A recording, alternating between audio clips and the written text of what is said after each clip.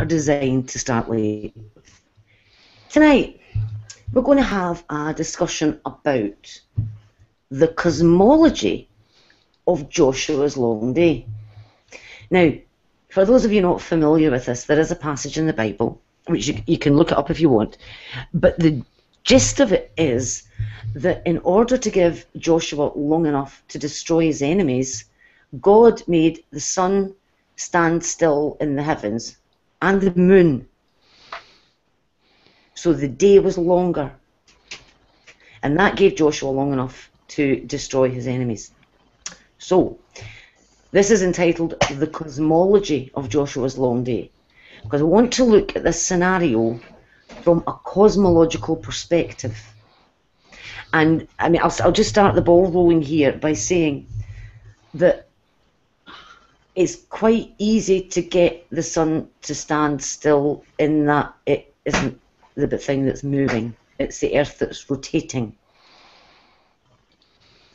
And we'll go from there. Right, Matthew Hunt, our physicist, wind you up and let you go. On you go.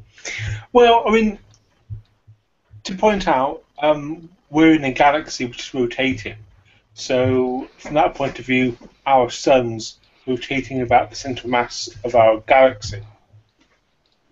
So the sun, if the deity made the sun stand still, then it follows that it stopped the sun rotating around the mass, the central mass of the galaxy.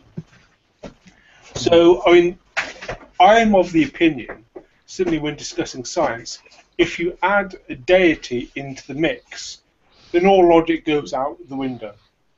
Yeah. You can't really discuss anything sensibly if you include supernatural entities like deities. Because you can say, my deity is all powerful, he can just do it like that. So from that perspective, you can't really talk sense. Mm-hmm. So that's one way. So the other way that he could have worked it, because as you said, the reason we have light and day is because the Earth rotates. So what the deity could have done, and as I said, the deity can do anything he wants. So the deity could have just said, I am going to reduce the angular momentum of the Earth, therefore making the day longer. That's one way. So then you've got to think about. I mean, I say you've got to think about mechanisms, but there are no mechanisms with deities. You can just say the deity did it. So in order to stop, to increase the length of the day, you would have to decrease the angular momentum of the Earth, and that could have knock-on effects with things like tides, because the moon causes the tides, so you've got the problems there. And you could have a problem because you've got a blob of thing. You're effectively reducing the centripetal acceleration of the sun, of the Earth, if you're slowing down its rotation. So that could have an effect as well. Yeah.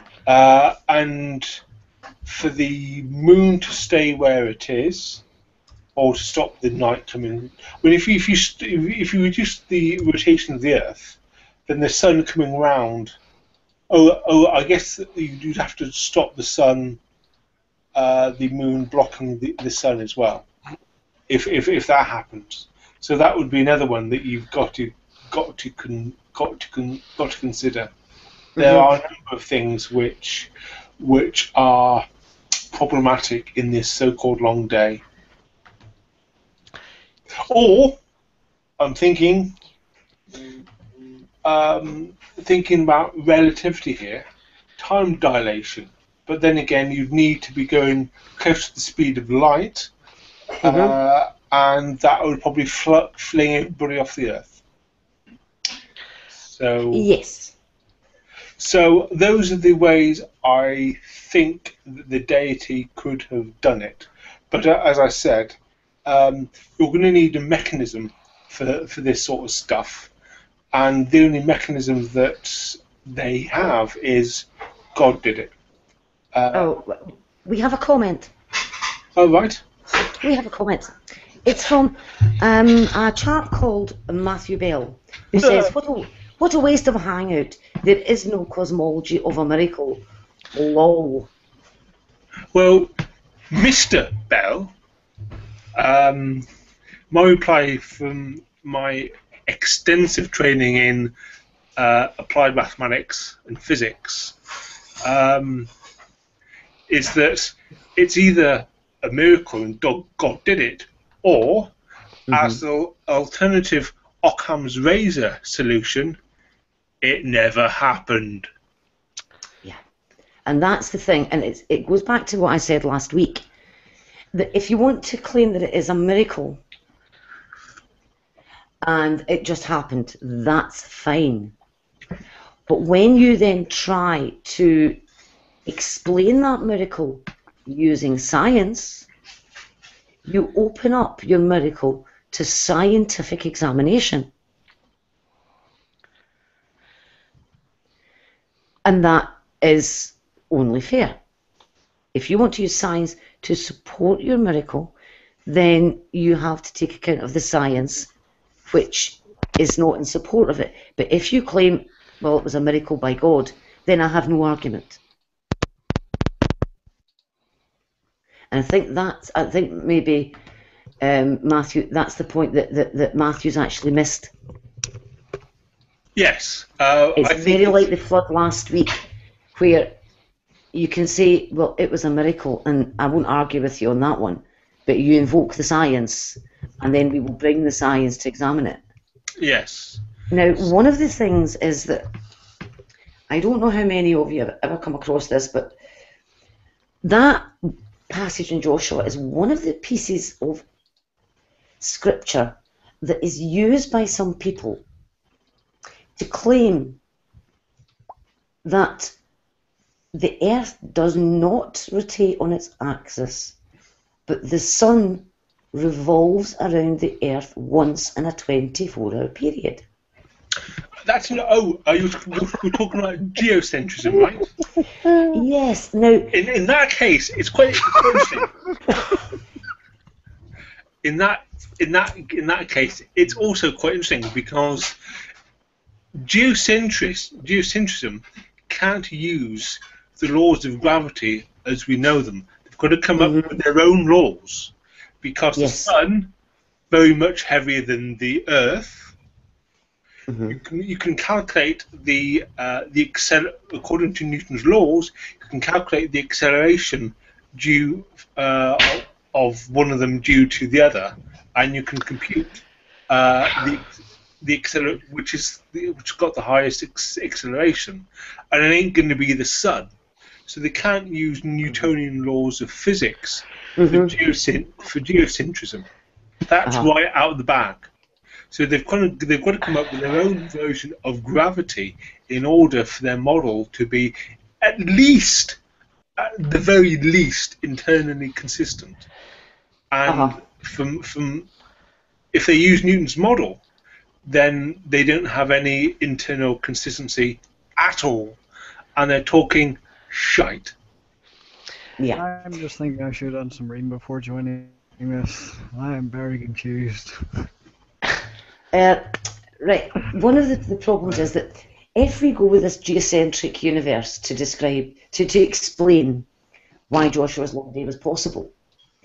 Now, I did some calculations on this because I'm a bit of an amateur astronomer, and I watch, and you will notice that the path that the sun appears to take across the sky is the same path that's taken by the moon and the planets. And at the same time, moving at the same rate and in the same direction are all the stars and the other galaxies.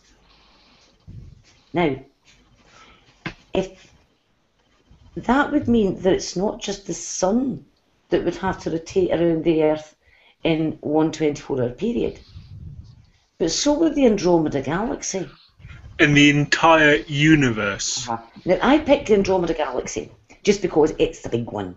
It's easy to follow.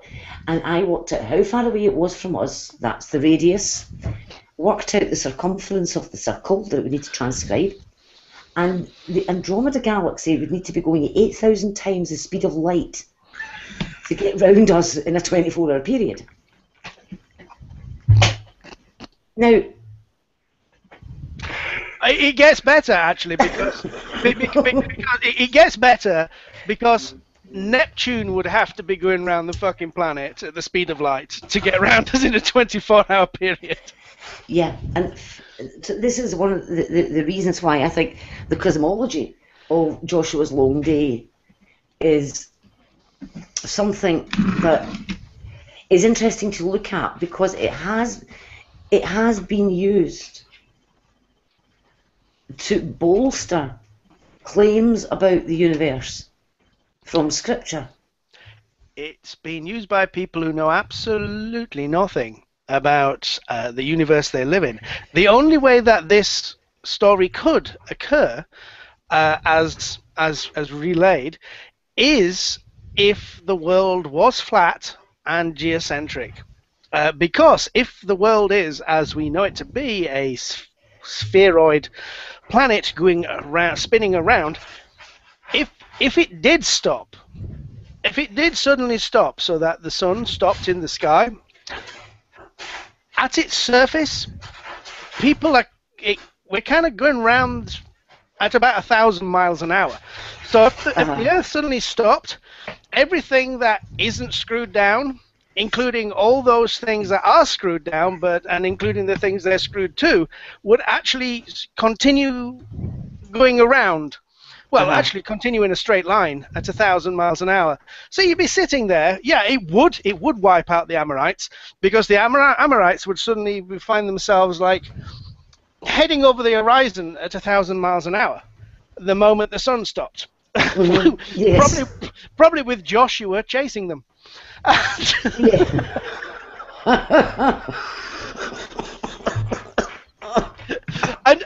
the thing is, I mean, creationists like to talk about the moon turning around. I mean, Kent Hovind, it's a good favourite of Kent Hovind's that there's not enough moon dust up on the moon. It's like, well, isn't it obvious? You know, the moon suddenly stopped and all the dust continued on.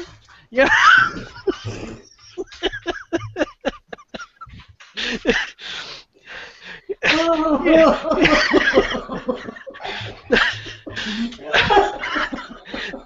There's a nebula heading out of the solar system at 250,000 miles an hour,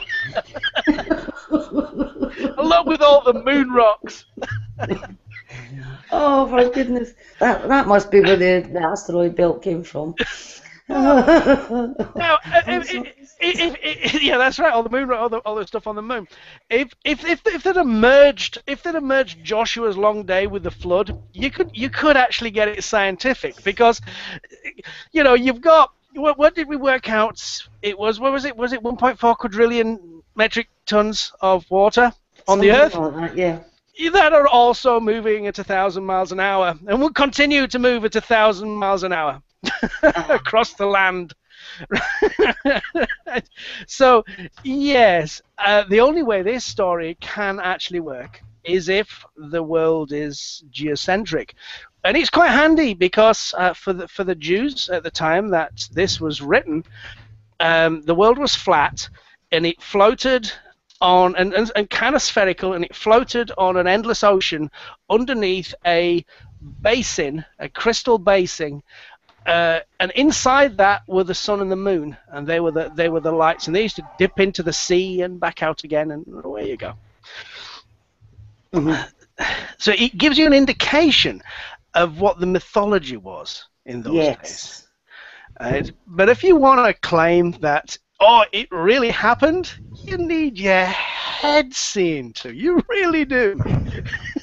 But Paul, these are people who believe that the Earth and the entire universe are 6,000 years old.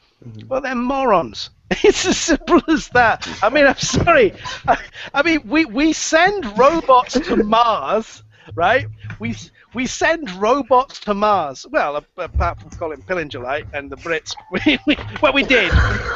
Actually, an interesting thing about Colin Pillinger, my mum went to school with him. And eventually he will have a crater named after him on Mars.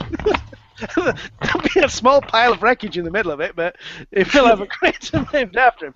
But yeah, we can send robots to Mars, which means that we can do the maths to know where a planet will be 4 years from now. That we can fire something into space, right?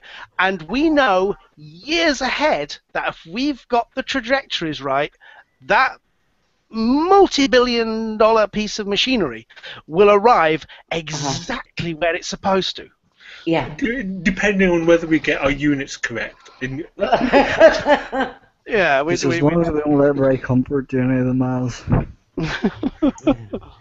So, I think maybe the question I'm interested in asking is, if you use something like that from the Bible to get your understanding of the universe, and somebody comes along and says to you, well, you know, under your model, Andromeda needs to be going at 8,000 times the speed of light. What reaction is that going to be giving someone in their head? I think the first reaction will be, you're wrong. You've done your sums wrong. Yeah. You've not understood the actual what's going on properly. In that case, you've done a wrong calculation to give you a wrong answer. Yeah. That's what I think their first reaction will be. See, that's why I did the calculation the way I did, because I just went the really simple circumference of a circle. And understand that orbits may be elliptical, but hello. We can hear you. Okay, I'll stop. I was just checking because I have two different mics, and right. I'm sorry to interrupt. But it was with something as simple as that. I mean, I don't know about you lot, but I learned all about 2 pi r, etc. in primary school. Yeah, but in certain parts of the Bible, pi is 3. Precisely 3. Yeah, that is a problem. I'm sorry to interrupt. I think the problem is a bit more fundamental. Is that most creationists don't study science. Yeah. Yeah, I mean, and that's a fundamental problem. They don't study science. They believe what they're told, and they view their pastors or the likes of Kent Hovind as honourable, reliable sources of information. And how you convince them otherwise? I mean, if we knew the answer to that, there wouldn't be any creationists in the world. Yeah. I mean, I think that's actually very true. I mean, what confuses me is people like Jason Lyle, who have got multiple degrees in physics and mathematics, understand the mathematics and the mechanisms that are going on with this stuff, and still believe in a 6,000-year-old Earth. So I think it mustn't be that they don't understand science, because clearly they've taken the exams, they've got high marks in their exams, they've done a PhD, they've got research papers, they've got them published. So clearly they understand them from what they call a secular perspective. So the way that I think is going on is they've been indoctrinated from an early age about hell. And I think this is the key to creationists staying creationists, is that their parents or their pastors or whatever have indoctrinated the idea of hell so deeply into their psyche that if you don't become a Christian, you'll go to hell. And their parents or their peers have really put a lot of pressure on to say Christianity equals creationism. Yeah, I come up against that all the time. But see, this is the where I'm struggling is if your literal interpretation causes you to doubt that basically the circumference of a circle is 2 pi r, then, I mean, this is something you can check out on your own. Draw a circle, measure the radius, measure the circumference. You know, I mean, we're talking, this is really simple stuff. And so what do you do? Are you going to say, well, your calculation must be wrong because we know nothing can go faster than the speed of light. But I'm going to insist that the Earth is not rotating. So your calculation must be wrong. And where is it wrong? Well, the other thing that they could say for the wrongness of the calculation is the radius measurement, i.e. the distance to the Andromeda galaxy is wrong.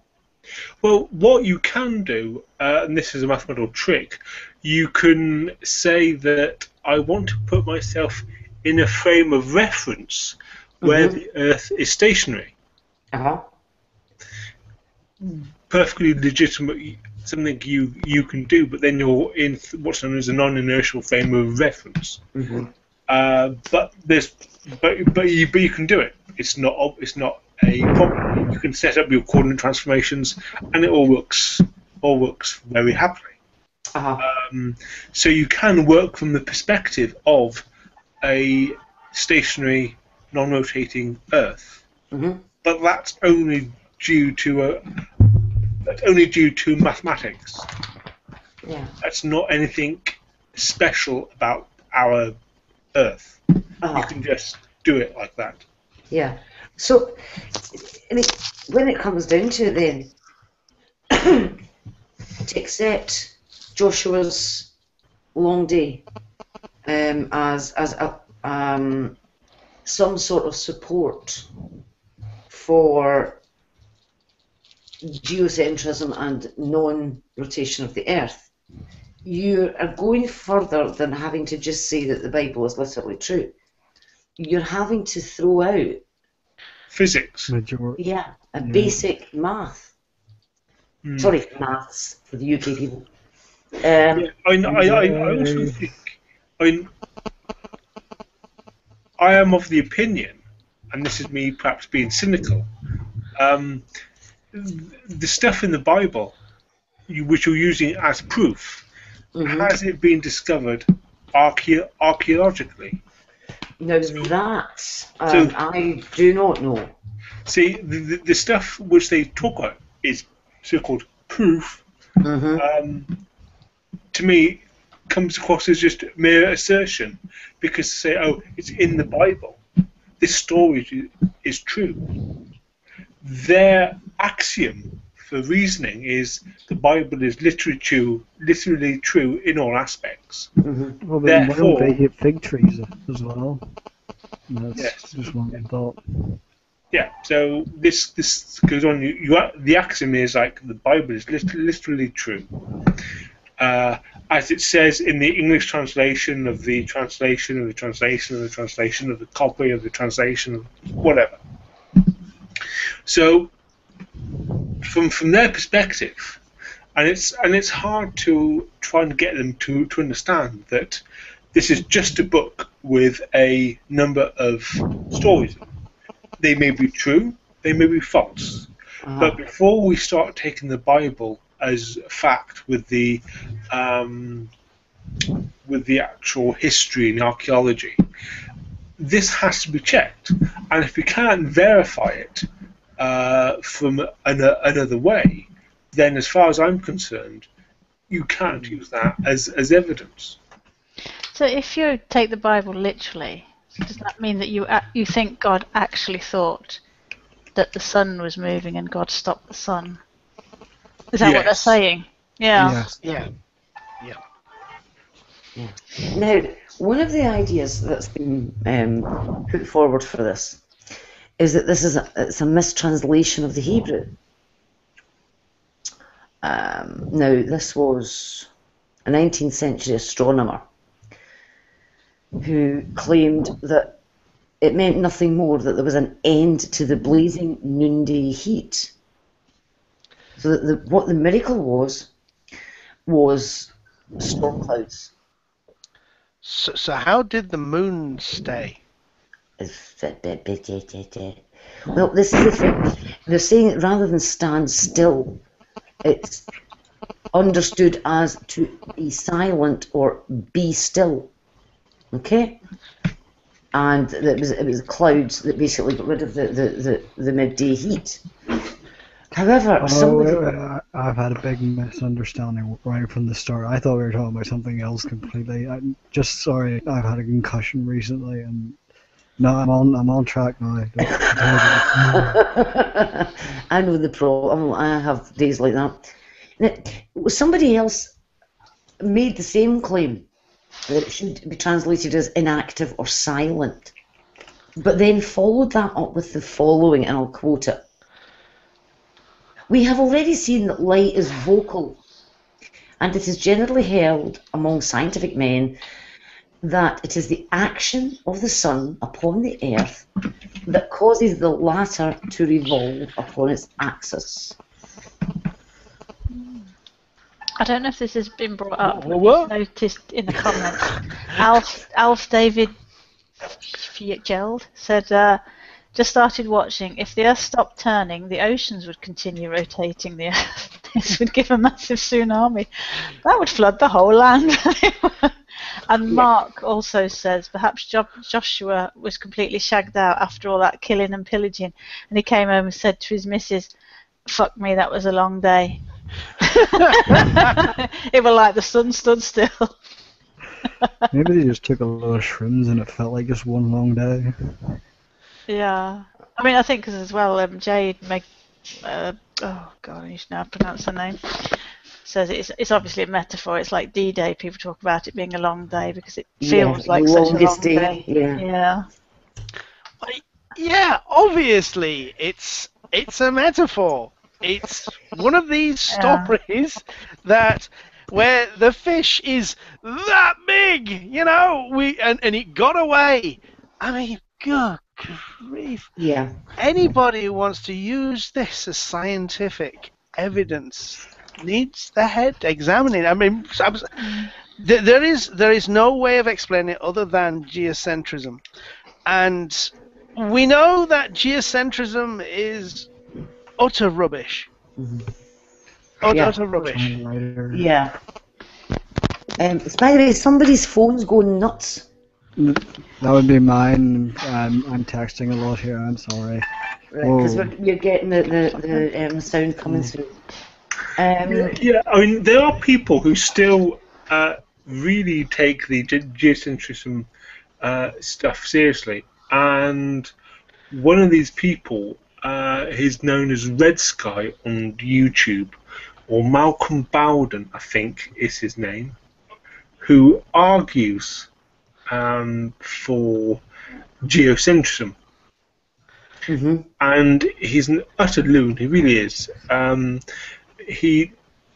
was an astronomer by the name of Andromeda's Wake who took on some of his videos and explained why he was an idiot to believe this sort of stuff, and there's been a number of things that went backwards and stuff, and it's quite enjoyable anyway.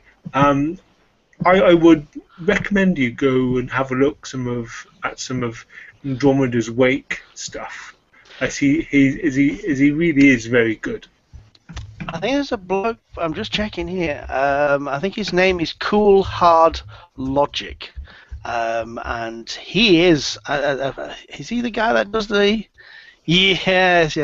He did a series of testing geocentrism, and it is absolutely brilliant. He goes into every single aspect. You know, the point that if you wanted to, you know, how do satellites stay up in space? You know, because surely wouldn't you just fire them straight up? Why are you firing them? You know, geostationary satellites, you just fire them straight up. You know, and wouldn't they just fall out of the sky because they're not going round? They're geostationary. You know, things like that, and the paths that the planets would have to take. Yeah. Yeah, I see your point then.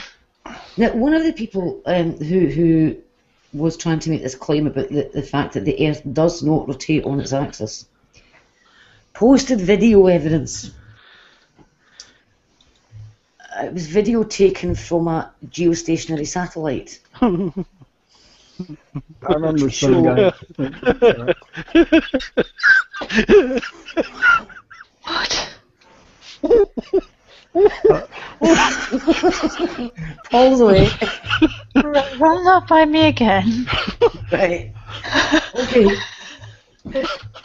One person posted video evidence that the sun does not rotate on its axis.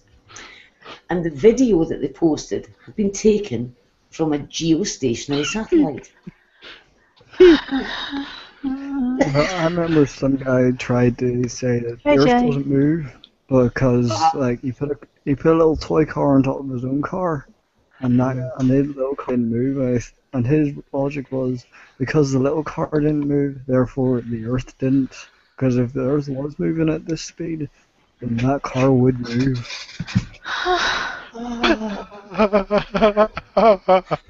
Well, it's like thinking if I just stand here for long enough, I'll actually end up somewhere else. Is that almost? There is a brilliant experiment that explains this, and I don't know where it's set up, whether it's set up at the Royal Institute or whether it's pendulum. It's the big pendulum, yes. It's the fact that you get this pendulum going, and throughout the day, the pendulum keeps swinging in exactly the same arc that you started off at. But, and this comes down to a frame of reference point of view, from your frame of reference, from our frame of reference, on a stationary, in a stationary room, it appears as if the pendulum starts turning around the room. So it never follows the same track. The next track is always so many degrees to the left or right, I can never remember. But it's always so many degrees round from where you start off, and eventually over an entire day, it will get back to where you started off at. Yeah. Thus proving that the Earth is spinning. Yeah. And these are experiments you can do. You know, these are you don't need a lot of money to do these. You need a rope and a log. That's all you do. Paul. Yeah. Paul, do you know someone called Brian Winters? Yes, we all know Brian Winters. His little appeal to experimentation as a logical fallacy. I'm not familiar. Wow, really? So he's used that on me. Like I have said, like you can do these experiments, like to prove these things. And it's like, no, but those are just experiments. I mean, that's a fallacy. You can't appeal to those. I need evidence. I don't even know where to start with that. How can experimentation be a logical fallacy? Brian Winters is a known idiot. Yeah. I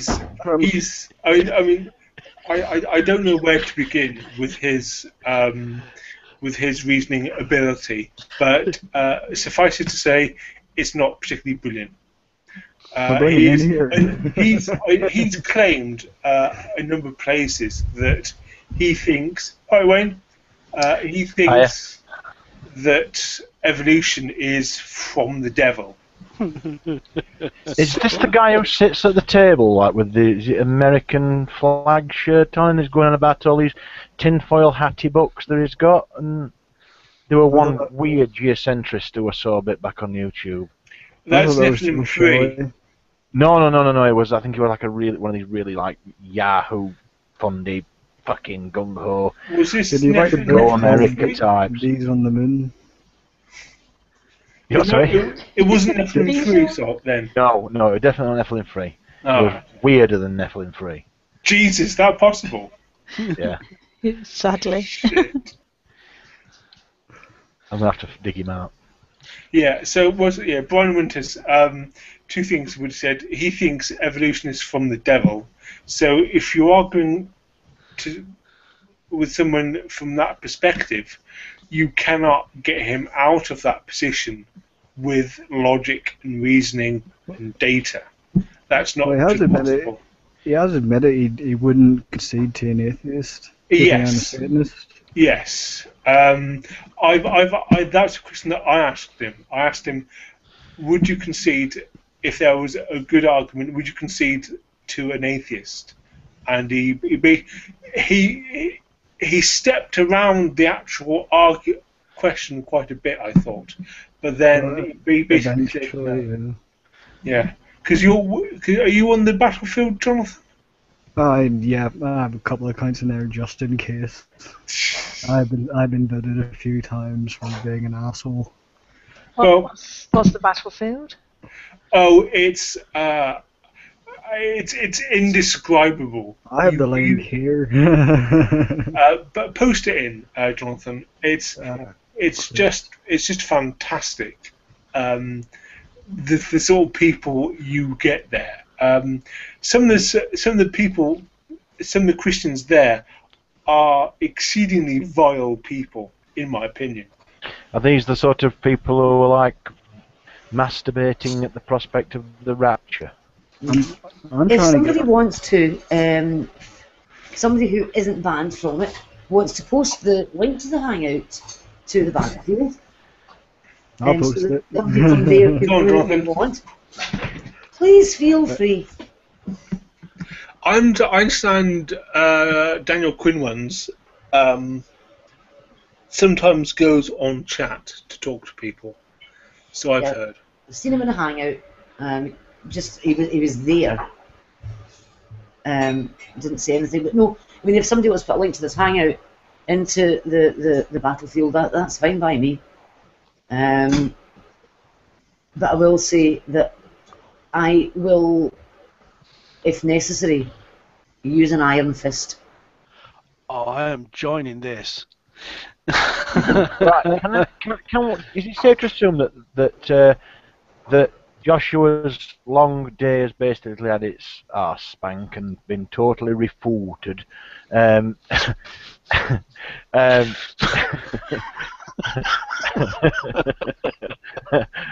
with Noah. Go on then. Let's just go on then. Let's just spank the arse of the rest of them. Come on. What's next? Demons in pigs. Come on. Let's have that one.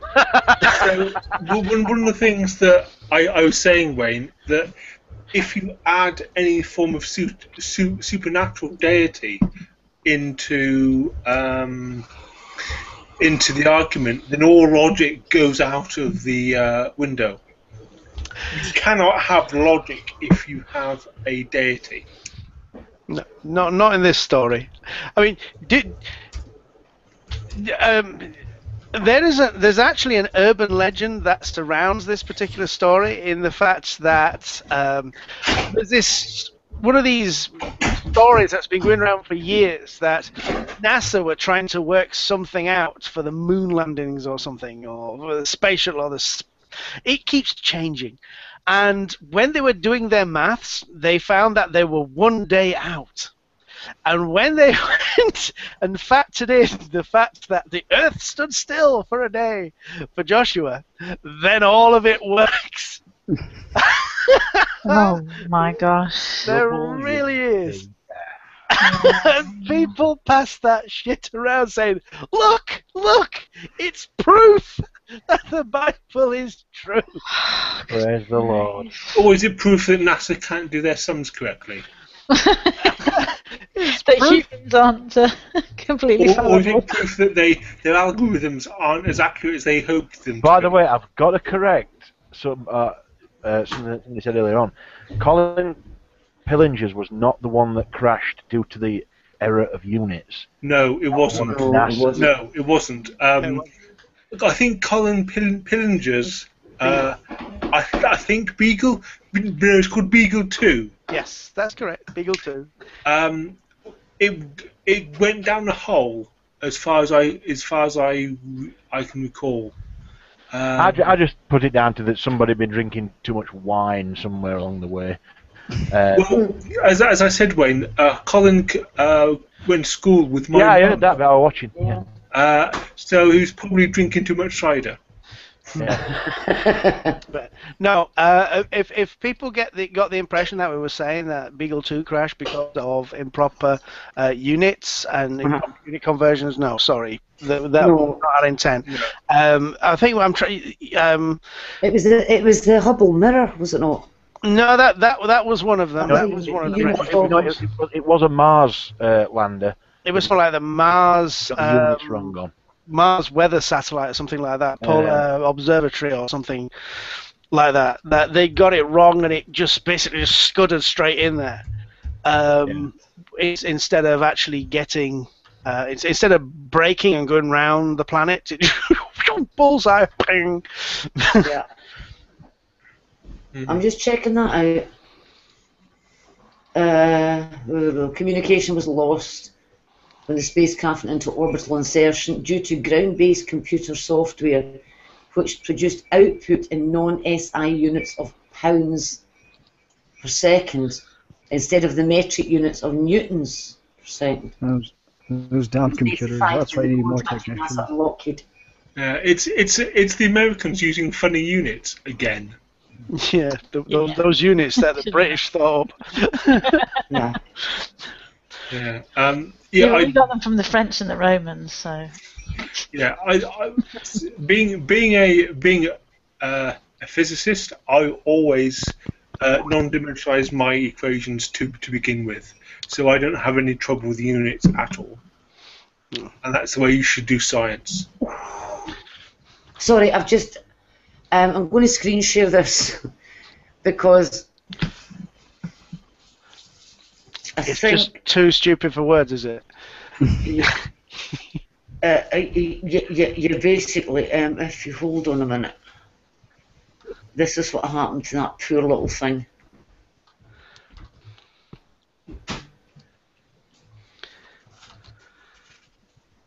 Let's have a look.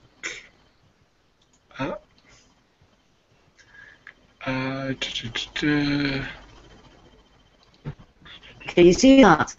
Yes. Hang on. Yeah, I can. Click on that. Go on. Right. I'm trying to see it. I'm new to the Hangout, so. If you just click on Fiona's icon. It's gone. Fiona.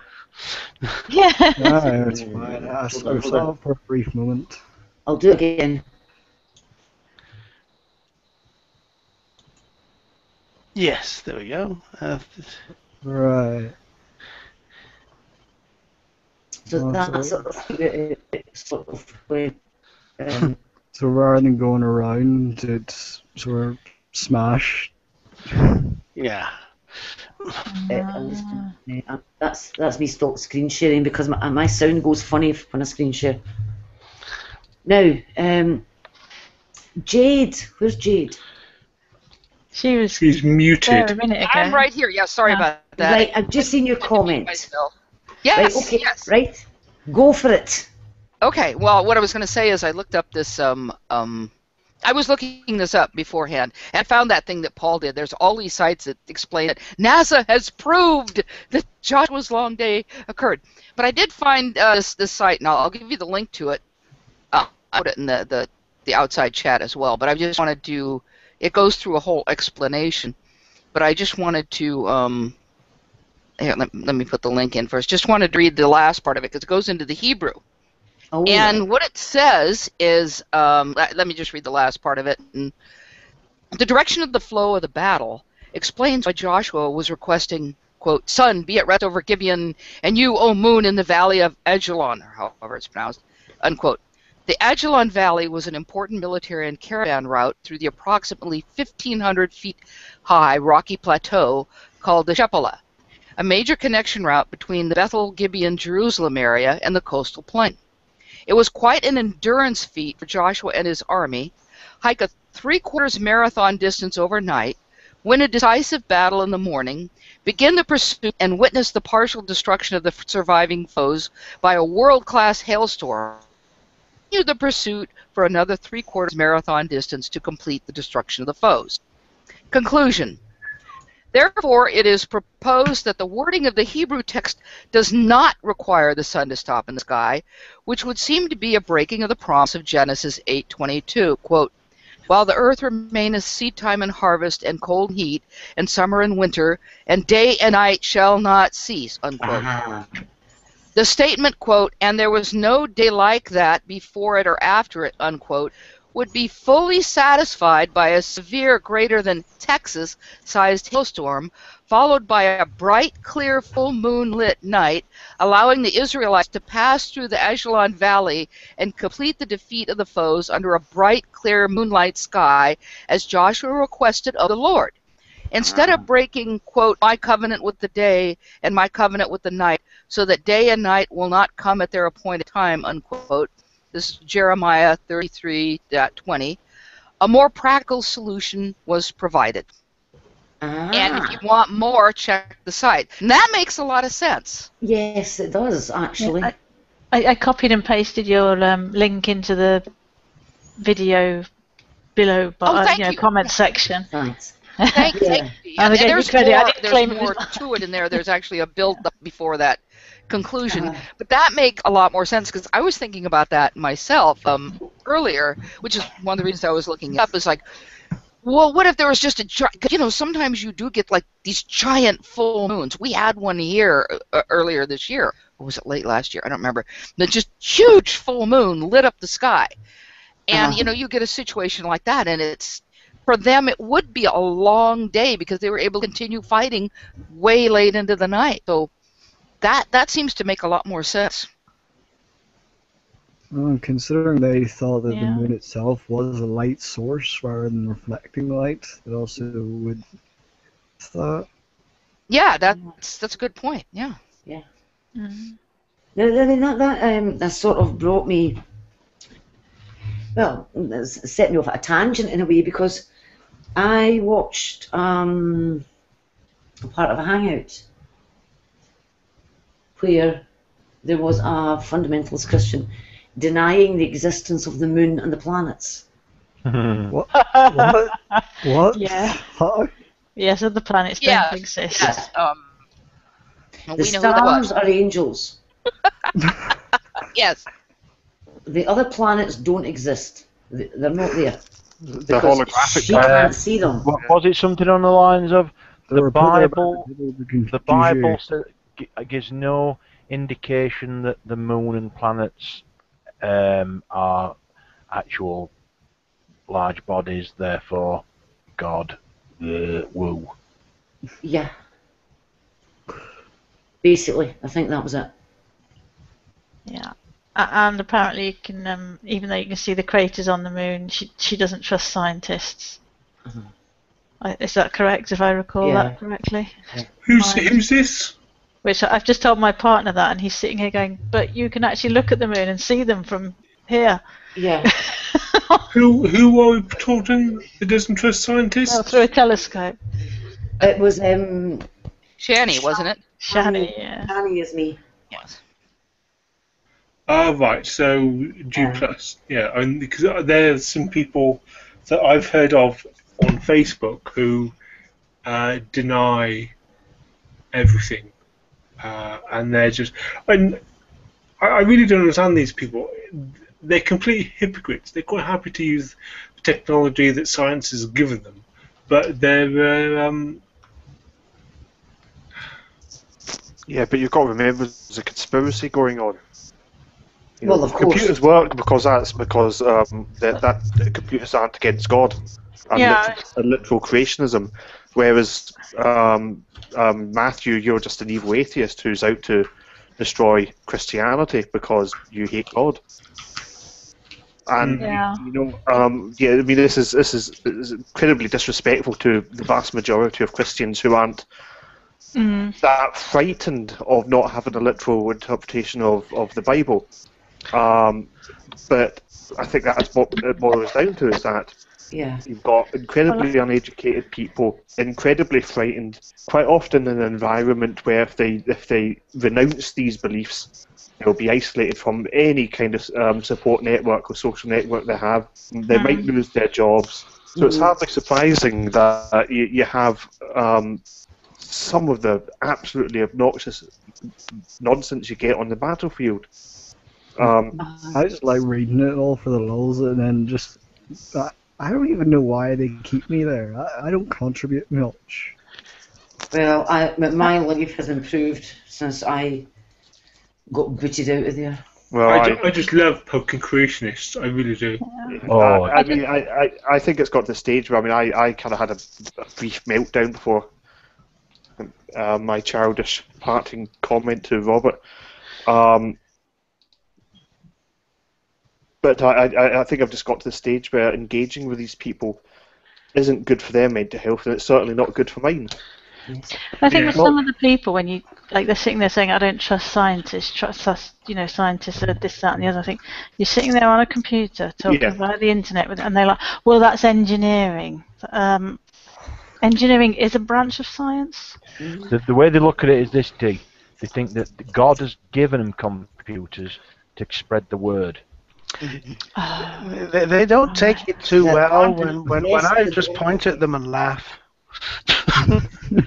Well, so Paul, have you applied to join the battlefield? I have now. Shall we run a book of how many days I last? If you see this video, it won't let you in at all. Well, I'm going to have to join just to watch Paul. Just make a note. Just don't use a phrase line for Jesus, because that's not allowed, even though that's essentially all they ever do. What about creatard?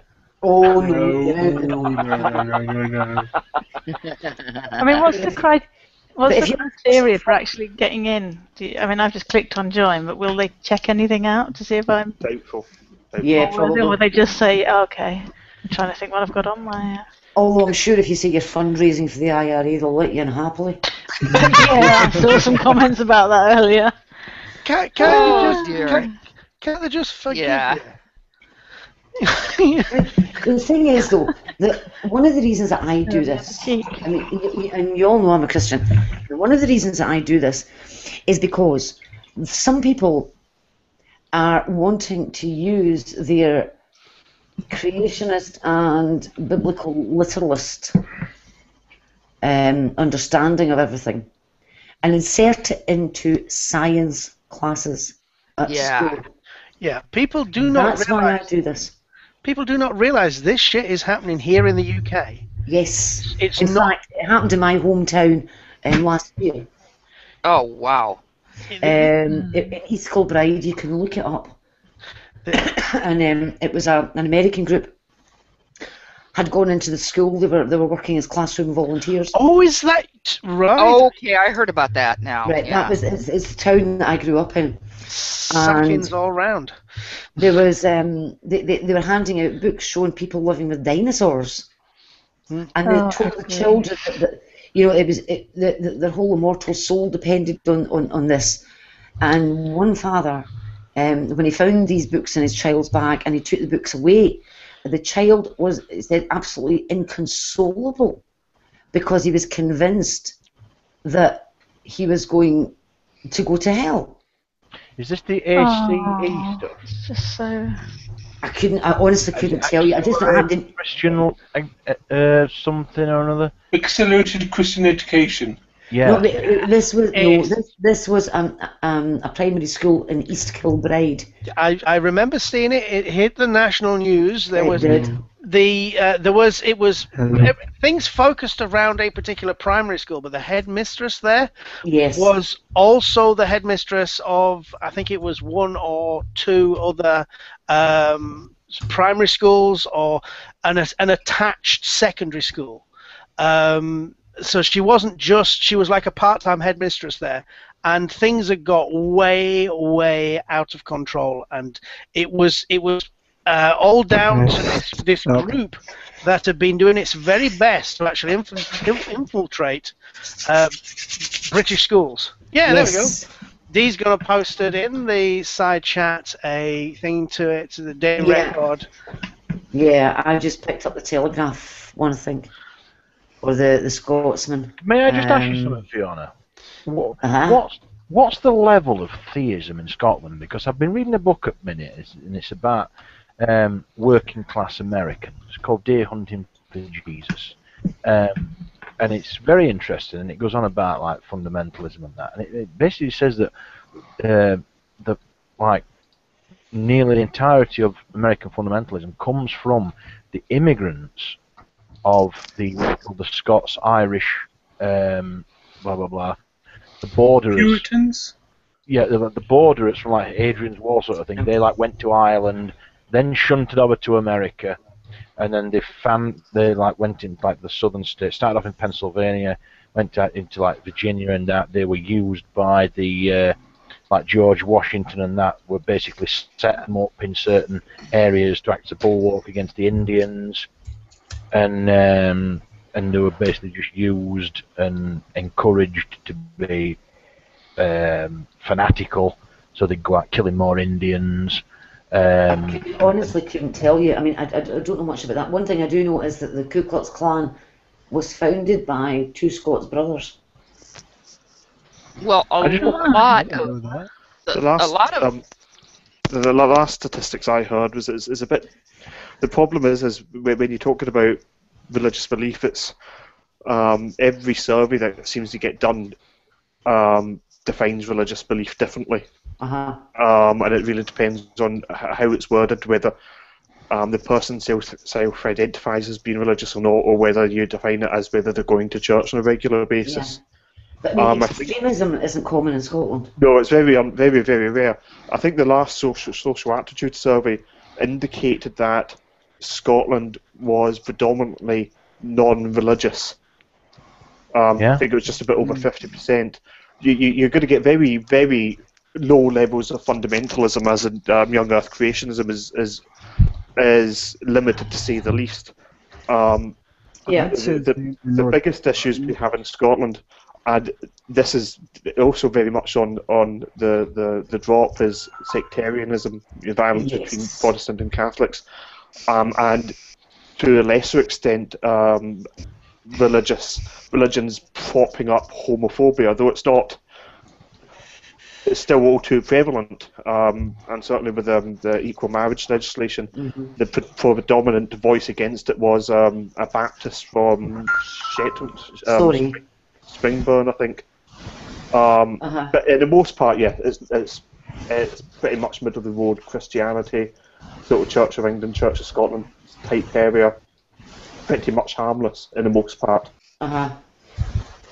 Because for the most part, I would say in England, it's largely disappeared amongst. I would say, just as a thing to say, amongst white people, it's pretty much vanished.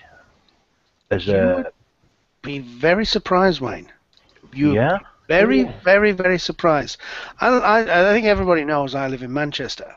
Now, when I get a tram to work every morning, and just behind Victoria Station is a missionary school where they do the ACEs, the Accredited Accelerated Christian Education, and it's a boarding school, and that's a Christian fundamentalist school.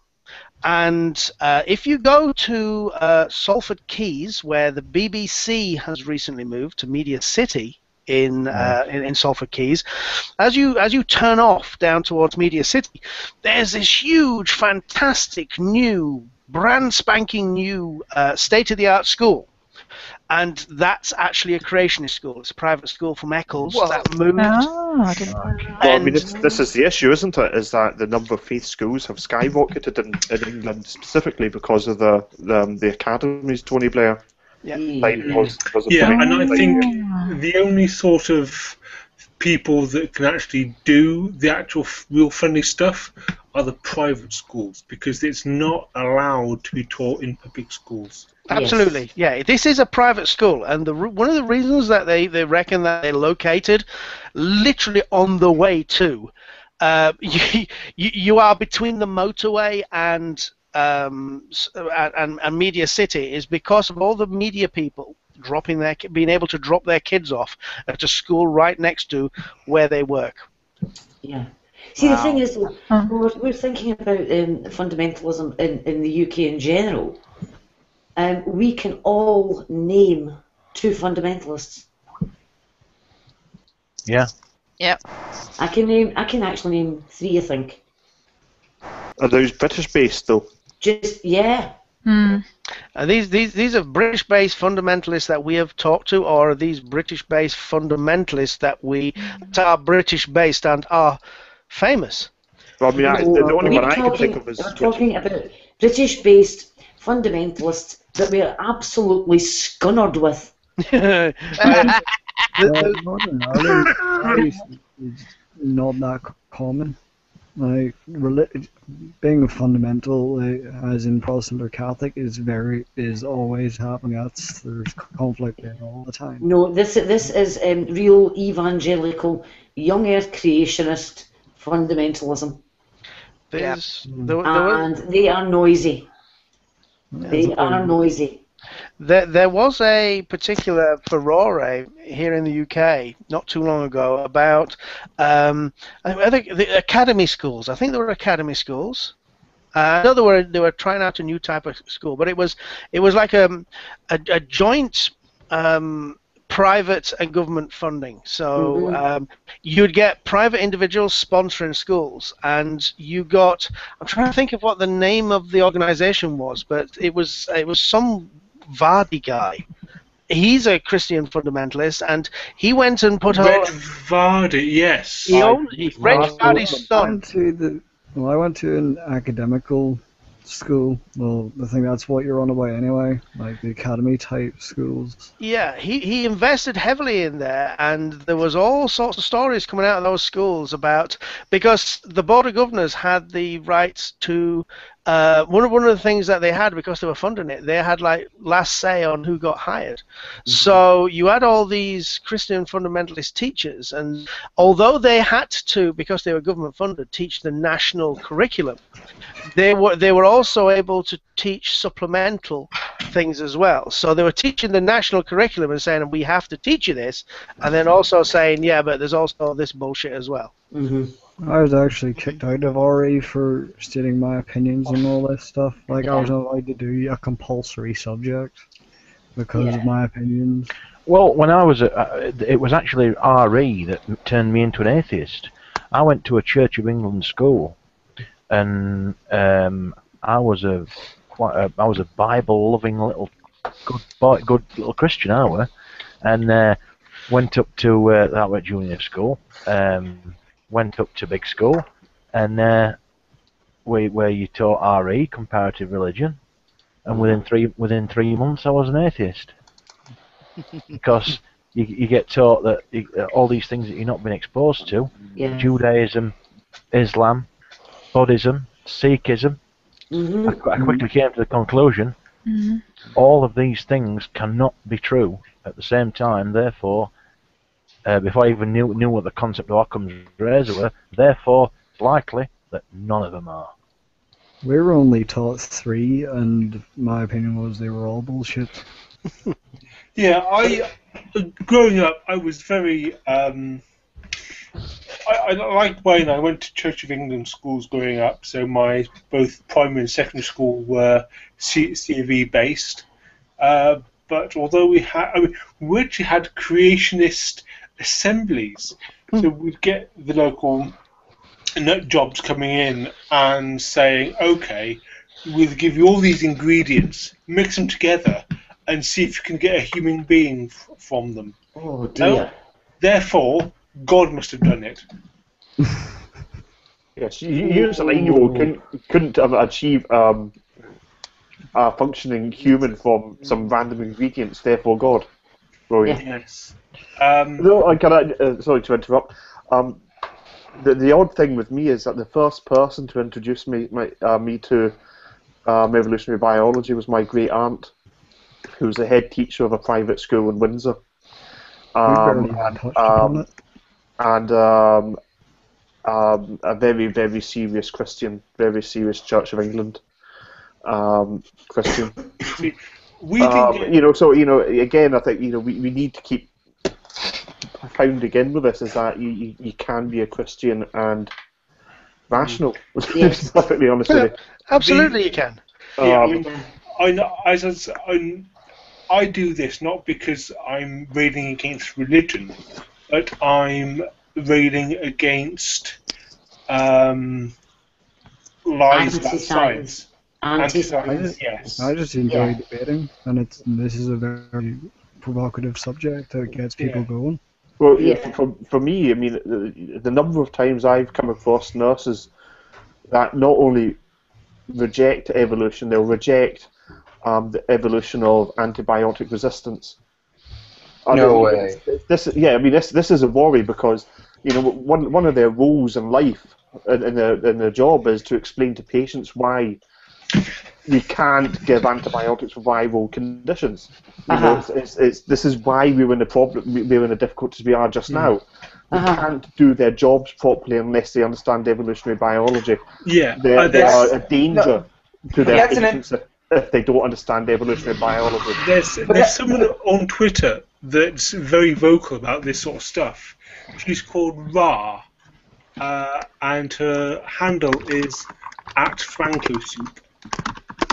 And she takes on all these nut jobs, and she has a special hatred in her heart for anti-vaxxers, and she will rip them a new one.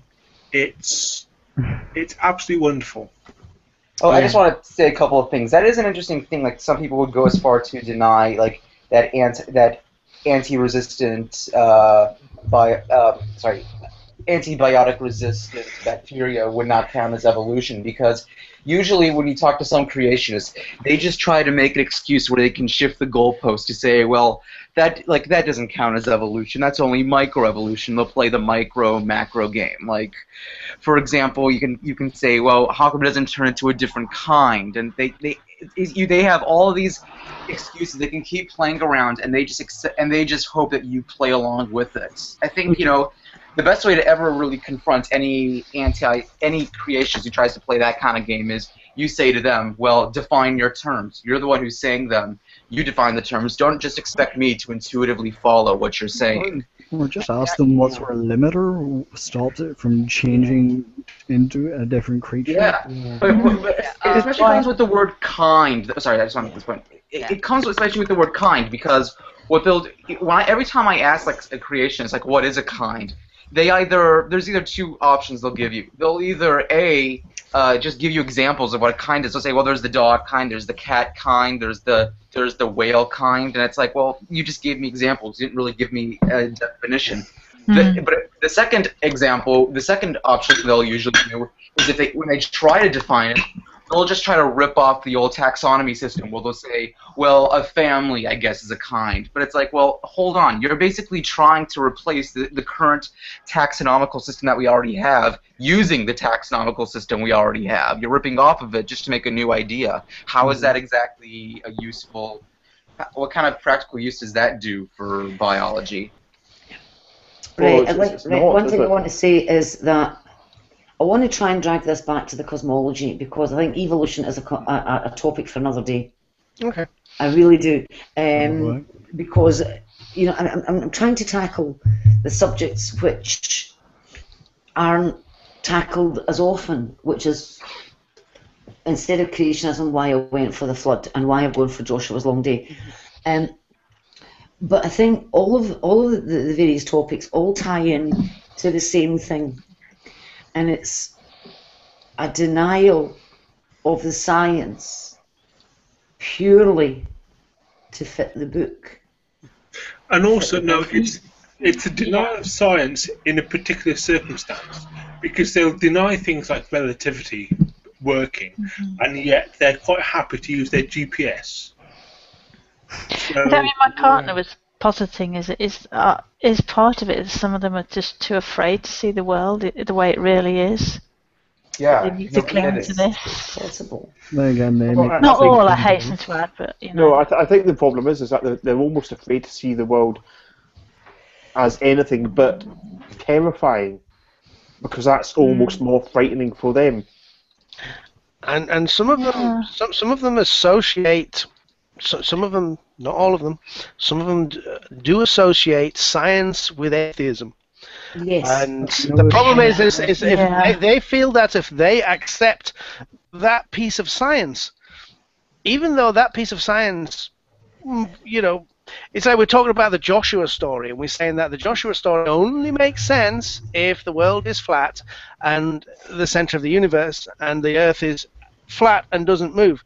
And we know that to be false. And you can explain that story, as Jade did, as an analogy of how, like D-Day, the longest day, it's all done in poetic metaphor and things like that. And they feel that if they have to abandon that literal piece, and if they have to interpret it as a poem, they're being an atheist. It's not only that though, Paul. It's like the book I'm reading at the minute has made it quite plain that it's not science sort of set out to understand the world and the universe, and the refutation of biblical concepts was what's the word? A side effect. Yeah, with spades. Whereas they actually believe that science has set out.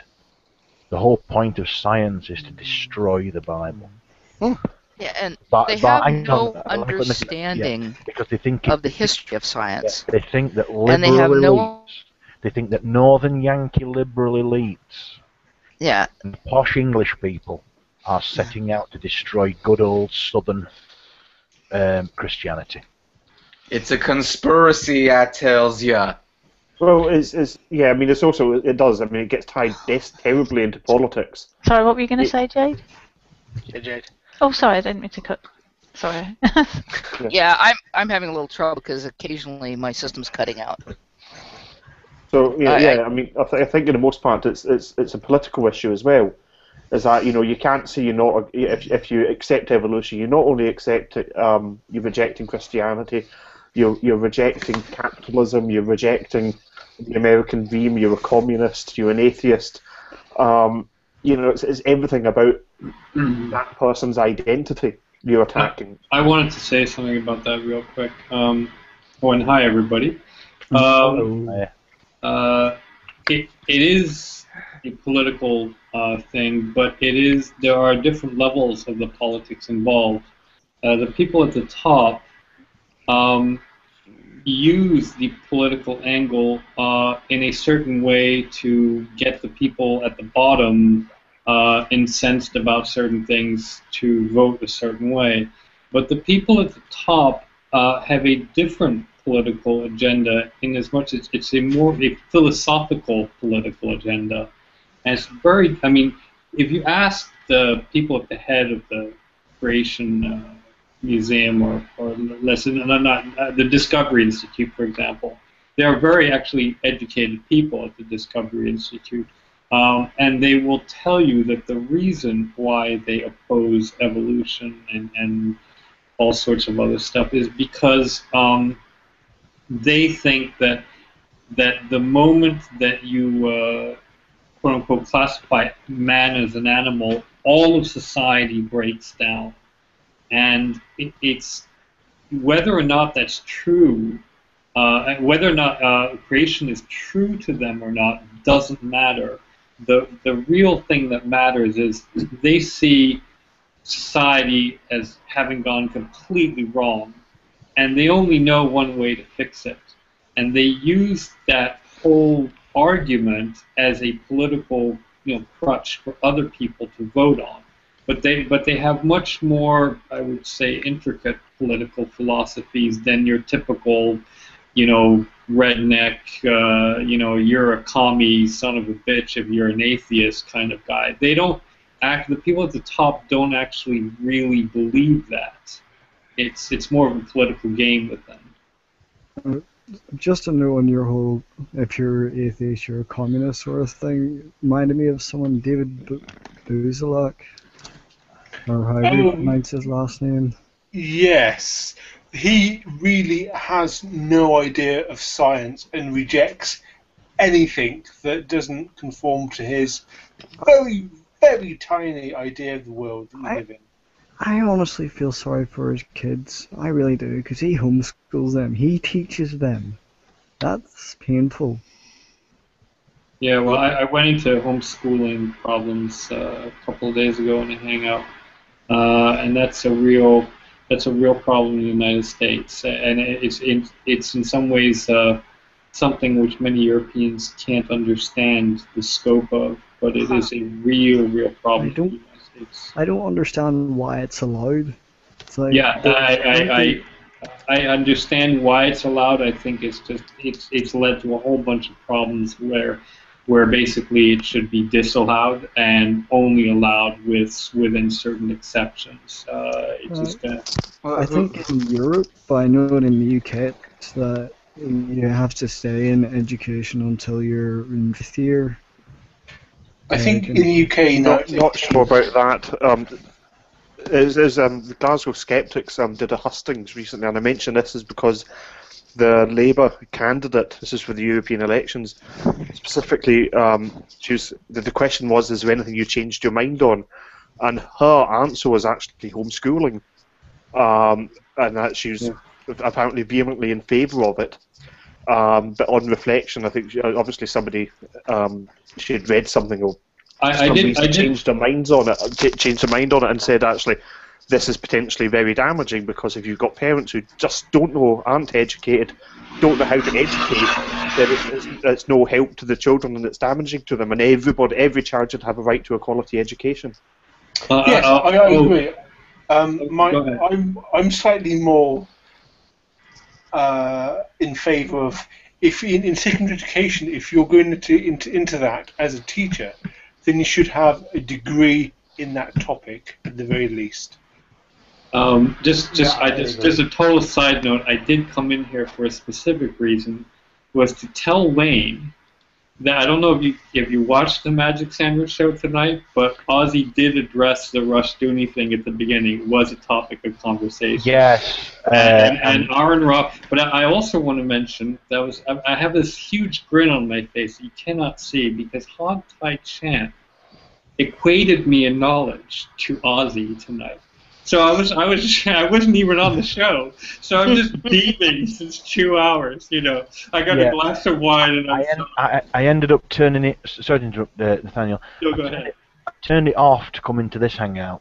Yeah, I did too. Just recently, yeah. Because I was quite a bit considerably disappointed. Yeah. I thought they didn't.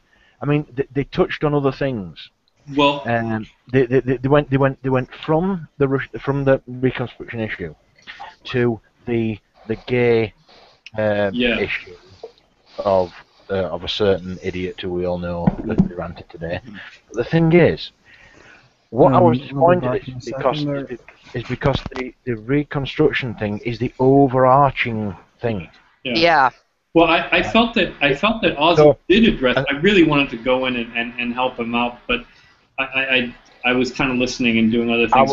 And Aaron Ra come in and they never even asked him. No, they did. They did later on. He did talk about it later on. He did go on about it for about 5 minutes. I mean, when they started talking about cow slurry, I left a comment. Well, on the YouTube comments. Okay, but here's the thing: you got to realize, Ozzy talked about it, and Aaron did later on as well. But DPR and Hog Pie still don't know anything really about it, except what they learned tonight. So I'm not sure they really were in a position to start commenting. The point, I really didn't have the confidence to get a Skype request and make a call, because I'm learning about this. Yeah, you should have. You should have. It's fun. I like being on the net. It scares me to death. I read a book that was about it, and it scared me to fucking death. Right. Yeah. See, it's not the fact that they're a positive, that they're a force that's like going to go into the next election. It's like an insidious cancer. Mm-hmm. that's affecting all levels. Including the idea of homeschooling for fundamentalism. Yeah. Yeah. It's the Well, Rushdoony started that. Yes. Yes. You see, the thing is, what really scares me, right, is that you've had this weekend. You've had a debate between Matt Dillahunty and Satin Bruggencate, and then I've not seen the debate yet, but I listened to the after show. Right? Now the thing is, Satin Bruggencate and his presuppositional comes from Greg Barnson. Ultimately Van Til, but we all know it's from Barnson. Right? Barnson's mentor was Rousas Rushdoony. Right? Yep. I want Saiten's feet held to the coals about that. I want to know if he subscribes to that shit. Yeah, he won't answer you. He'll never admit to it publicly. I mean, as they pointed out, the tactic of presuppositionalists is to discredit you to the point where they no longer feel the necessity of answering any of your questions after they've tracked you. The thing, make no mistake about it, when these people do get a foothold, they will be saturated, they will be soaked to the skin in presup. Presup will be the means with which they deny rights to non-believers. Mm. Yeah, I know. I can't agree with you more. Which is why I told Ozzy to have that. Oh yeah. But when I said that, then I weren't saying that to you. No, I know. I was addressing the hangout and the viewers. But I don't. The thing is that I don't think DPR knows enough to have continued that conversation beyond what Ozzy said and what Aaron said. I find it startling, though. Yeah. That people who are so supposedly high up in this on this side of the great debate. I mean, DPR is a very respected figure. For him not to know about this, the fact that I know this and I've been only into this, maybe I've been following YouTube stuff for about 18 months. I jacked into my first hangout in November. Yeah. And I learned about this Rushdoony character a few months ago. These people high up in this half of the debate, on this side of the fence, should know this. Yeah. Well, Aaron knows, and you do have people like Sam Harris who have addressed the issue, but I think most Europeans can't wrap their heads around this. They know very little about it because they've heard very little about it, if anything, and it is very hard for them to understand how people can be so disconnected. Creationism is one thing, but believing in Levitican law as being the rule of law is just something so beyond. I mean, it doesn't even have to go full Monty, right? The only thing that needs to happen for everything to go tits up is to get one blasphemy law back in. Yeah. So let me guess this. Can I please say here, we have gone way off topic here. I do apologise. Yeah, me too. I apologise. And I wanted to ask. This is taking us right back onto the topic. Joshua's long day. And earlier on, I touched on something which I think Matthew Hunt will be able to answer for us. I'll do my best. Right. Now, you remember I was talking about the calculation that I had done? Of the Andromeda Galaxy. Yes, the Andromeda Galaxy. So that either the circumference of a circle is not 2 pi r, or we've measured the radius wrong, as in the distance to the Andromeda Galaxy. So I was going to ask you to explain how they can use parallax. And it's in basic trigonometry. Yeah, I've not done any astronomy stuff per se. I'm aware that they use parallax, and I think they have to use it, check the position over a year to get the angle and the trigonometry. So they at each 6 months they measure half the angle. So once they've got the actual year, then they can actually measure the actual angle, and it just becomes the Earth at the center and the planet and stuff, and you just use trigonometry that way, I think. Right. Now, what I've done is I have just pulled up a very, very simple diagram, which I will screen share. Okay. While you're doing that, Fiona, I've just noticed something, 'cause on my other monitor I've got the actual YouTube on the YouTube video that's on pause, and in the sidebar there is a video by a user called M. Lord and God, and it's called Geocentric Solar System, Joshua's Long Day. So if you want to save that for later and watch it, Yeah. probably from a creationist perspective. I think I remember Nathaniel and I were actually talking about this last night. Like, creationism is one thing, but where I'm actually living right now, there is about, I would estimate about maybe like somewhere between 5 and 10% of the population in the United States probably does believe like in geocentrism, like from a biblical perspective. I mean, that's around like 30 to 40 million people. Yeah, we went into this. That is shocking to hear. We went into this last night for you. Yeah, this morning for me. And yeah, creation is one thing, but geocentrism is just, in a sense, is way more out there. But, So, did that diagram that I put up demonstrate how it's used? How we can measure those distances? It made no sense to me considering I just joined again and I had no idea what we were talking about. We're talking about parallax error and Measuring the measuring. distances. Yes, and measuring the actual distance. Okay. Because either the formula for the circumference of a circle, pi r, 2 pi r, is wrong, or we've measured the distance to the Andromeda Galaxy wrong, because we seem to have agreed that to think that the Andromeda Galaxy is going at 8,000 times the speed of light really isn't a valid option. Or failing that, as an extension of the actual solution of the problem, you have a variable speed of light. I was just going to point out that parallax, because of the increasingly reduced angle that you get the further the item is, parallax can only be used to measure things of a certain distance, and I believe that the Andromeda Galaxy is too far away. But that does actually bring into exactly what Matt said, in that what they do instead is it's measured spectroscopically on redshift. Yeah, And the more redshifted it is, the further away it is. Yeah, again, it's also to do with the luminosity as well. Yes. And one of the problems with that sort of measurement is that they've got to get what's known as a standard candle. They've got to find some light source that they can take as a standard, and then from that they can apply it on to find out distances from other planets and stuff like that. Because if you go through the maths, you find that the luminosity is inversely proportional to, I believe, the square of the distance away. So you use that sort of argument to be able to calculate the actual distance away. Right, now I've just pulled something up, and apparently the distance to the Andromeda Galaxy has been measured using 4 techniques.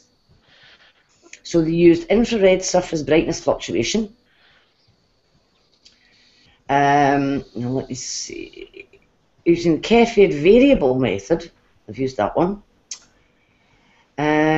Somebody else discovered an eclipsing binary star in the galaxy, and they were able to study the eclipses of the stars, and knowing their sizes and temperatures, they could work out absolute magnitudes, and then from that work out the distance to the Andromeda Galaxy. And now let me see. There's another bit. It says here that the galaxy M31 is close enough that the tip of the red giant branch method may also be used to estimate the distance. And I'm just about to check out what on earth that method is. It uses luminosity of the brightest red giant branch stars in the galaxy. Okay, so they use 4 methods, and they have come out with the following. It's 2.57 megalight years, 2.51.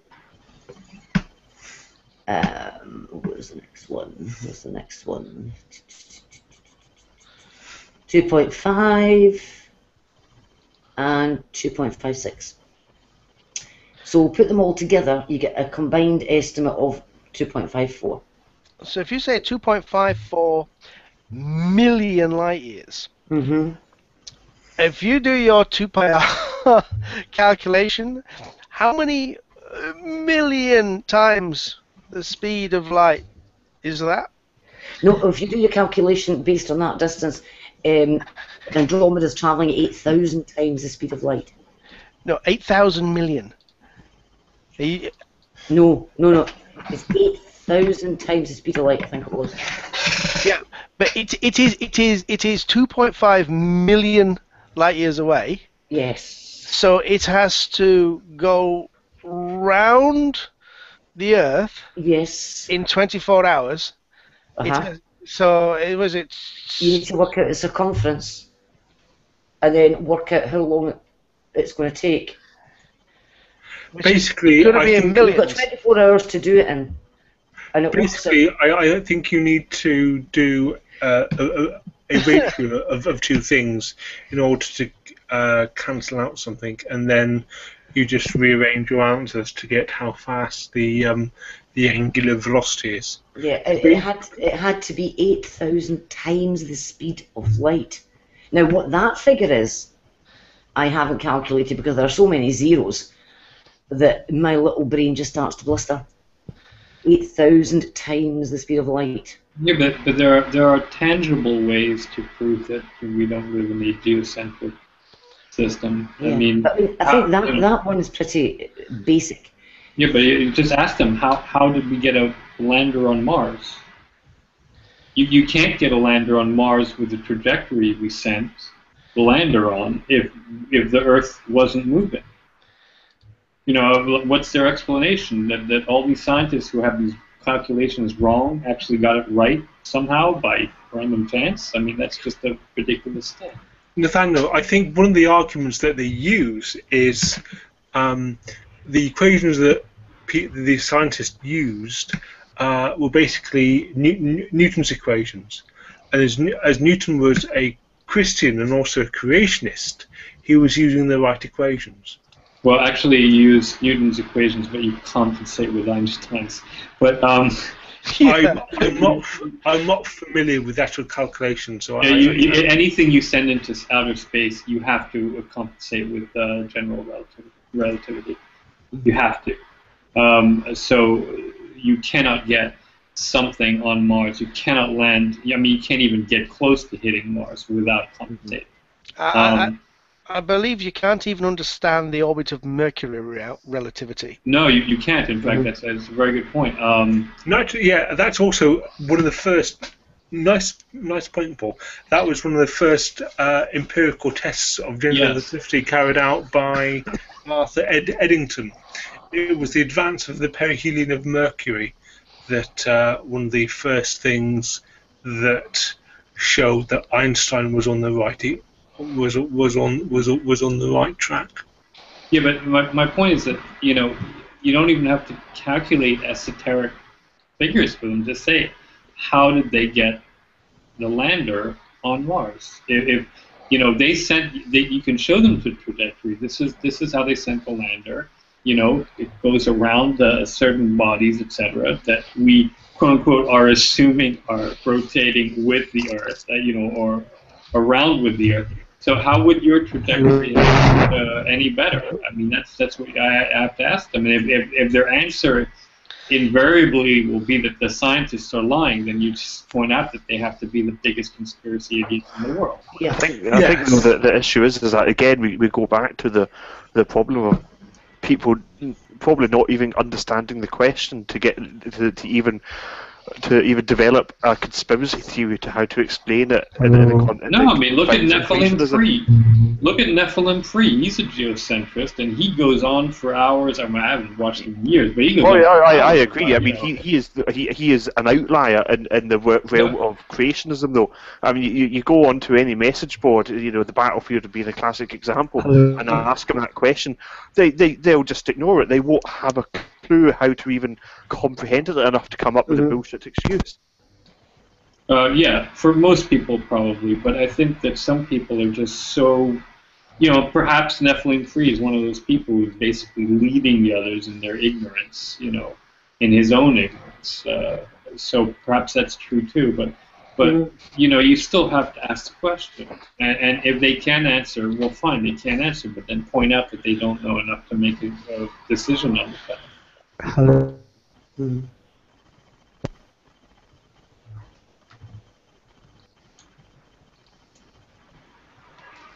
I'm getting silence at the moment. Yeah, I was going to just pop in and just say, I mean, again, this is why often when these difficult questions come up, you get the same people answering them time and time again, whether it's Robert Webb or Brian Russell. You know, it's the same characters who come up again, come out with screeds of copy and paste to bore the shit out the people trying to defend science and try and impress their sheep, you know, their fellow creationists who will just lap it up, even though they don't understand the question, let alone what's being said. Yeah, I think that's very true. And I do think that there are some that are very guilty of, they don't actually understand it. I can hear you now. They don't actually understand it, but what they like to do is to basically baffle with bullshit.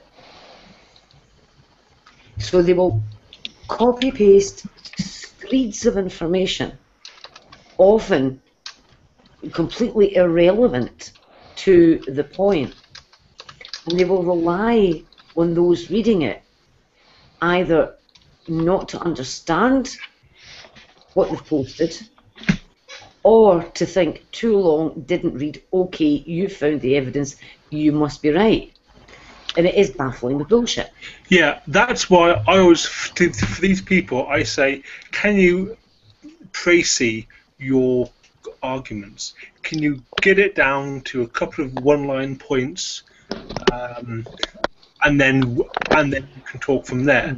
I'm not going to wade through your mountain of text just to see if you've answered my question. Yeah, exactly. Yeah. So there's a number of people who do that. Yes. Robert Webb and Brian Bissell. Yes. Could I actually point something out here, which I think is a really, really important point to make? Now, I want everybody to look at the line of people on their screen at the bottom, and go along the little names until you come to the guy called Lee. Okay? Wave Lee. Now go along and you will come to Fiona. Fiona. Lee, you wave and I will wave at the same time. We are not the same person. Somebody think you are? They think I'm about 6 different people for some peculiar Wow. reason. How So bizarre. just for the record, I am here, and they also think I'm Matthew Hunt as well. For the record, I am me, blonde, female, see, Lee signs at the bottom. I wouldn't do an equivalent. Yeah, just to reassure you. Yeah, beard, bloke, short hair. We are not the same person. I hope that settles one of the points of contention that have been going on for over a year. Sorry, I couldn't help myself. Wow, I did not know that. Good grief. Yeah, I'm Matthew Hunt as well. Did you not know that? Or was it somebody stated that you and I were having an affair? Yes, Played that when it there. was pointed out there was Forgot not to been a hangout use together. That's okay. shortcut. That's alright, it happens. When it was pointed out that Matthew and I had both been in a hangout together, which proved I wasn't Matthew, the insinuation was then made that we were having an affair. He's in Bristol and I'm Oh, in Central Scotland. Yeah, mind you, I'm having an affair with Paul Hartley, aren't I? Oh no, it's not you. It's For God's sake, don't tell him we come from the same city. I did rip into some of them. Was it you, Paul, or was it? I think it was. I think it was me. These guys. Yeah, it was. So that was an aside. That was an aside to this. I just thought I would take the opportunity that there are two people in here at the same time as me, and I am not them. Because I think that's an important point to make. But yes, I mean, Matthew is right that there are certain people who will produce screeds and screeds of information, hoping that either you don't understand it or you can't be bothered reading it. And if you do read it, you discover that it's actually irrelevant and doesn't answer your question. Or better still, or it refutes it sometimes. Yeah, that's true. I've had that. Just read the first bit. What do they call? Not the premise that the thing is based on, and then don't actually read the research that results in the premise being incorrect in the first. Not premise. What's the word you call it when you? Abstract. That's the one. Yes, I had a brave one. Or they link to something like The Onion, just to try and defend their position. Oh, don't. Yeah, and that is a problem. That is a real problem, because when somebody produces a great big huge post like that with references and the video and all of this, and it proves that the Earth does not rotate, and nobody is going to read through that and come across the word geostationary satellite and realise that that is why it doesn't look like the Earth is rotating. And all you can do for a huge, big, long post like that is say it was a geostationary satellite. It's one wee short sentence to refute this copy-pasta. But I mean, how much more can you actually say? You can't. I mean, the reality is some people you're just not going to reach. And some people you're never going to reach because they're not interested in departing their worldview. And the others are just not willing to learn how to recognise an authoritative person, how to recognise a reliable source. Yeah. I don't know. They'd first have to get a clue. And that sounds incredibly patronising, but it is. Is that you have to try and teach people how to recognise why the Discovery Institute is an unreliable source and the British Museum isn't. Yes. An unreliable source. Again, this comes down to if you could teach creationists these simple concepts, they wouldn't be creationists. The thing is, you're never really going to reach these creationists. You hear every now and again that, oh, so and so is now no longer a creationist. They're now an atheist, or they understand a simple biological principle, things like that. But you're never really going to reach the people you're arguing with. That they usually, they feel so passionate about their particular misunderstanding that they will sit there and argue it hammer and tongue. But we're not doing this for them. We're doing this for the people who are watching. That's what we're doing it for. I mean, right now we're doing this for those 19 people that are watching right now. The people that are going to look at that and say, well, that's a really good idea. Next time I hear Bill at work turning around and talking about batshit, I'm going to turn around and tell him that. Right? You're looking at people that are saying, well, I've heard this, but, and it sounded really plausible, but now you've turned around and explained it that way. That's really fucking stupid. Yeah, it's exactly that, as Paul said. You don't do it for the die-hard idiots who are deluded into this stuff. You are doing it for the people who are watching, perhaps on the fence, and thinking about these things. So that's why I do it. Anyway. No, speak for yourself. Yeah, speak for yourself. I do it to make them feel bad. Yeah. I'm sorry. I'm very Hitchensinian on this point. I just like Don't love my enemies. Don't love your own. Yeah. I mean, if you do it to make idiots feel like idiots, good on you. But the thing is, people will watch that and think, yeah, that guy's a fucking idiot, deserved it. But the danger is that you'll look like an idiot for just being a dick. Well, maybe. That's how the fence sitters will look at it. Maybe, but and I think it can be quite damaging to our position if we're trying to teach people that. No, I disagree. But I did want to mention one thing. I don't know if you've ever taken a look at Conservapedia. Oh yes. Okay, and if you look up the theory of relativity. Oh yes. The first line. This is the first line. I'll read to you.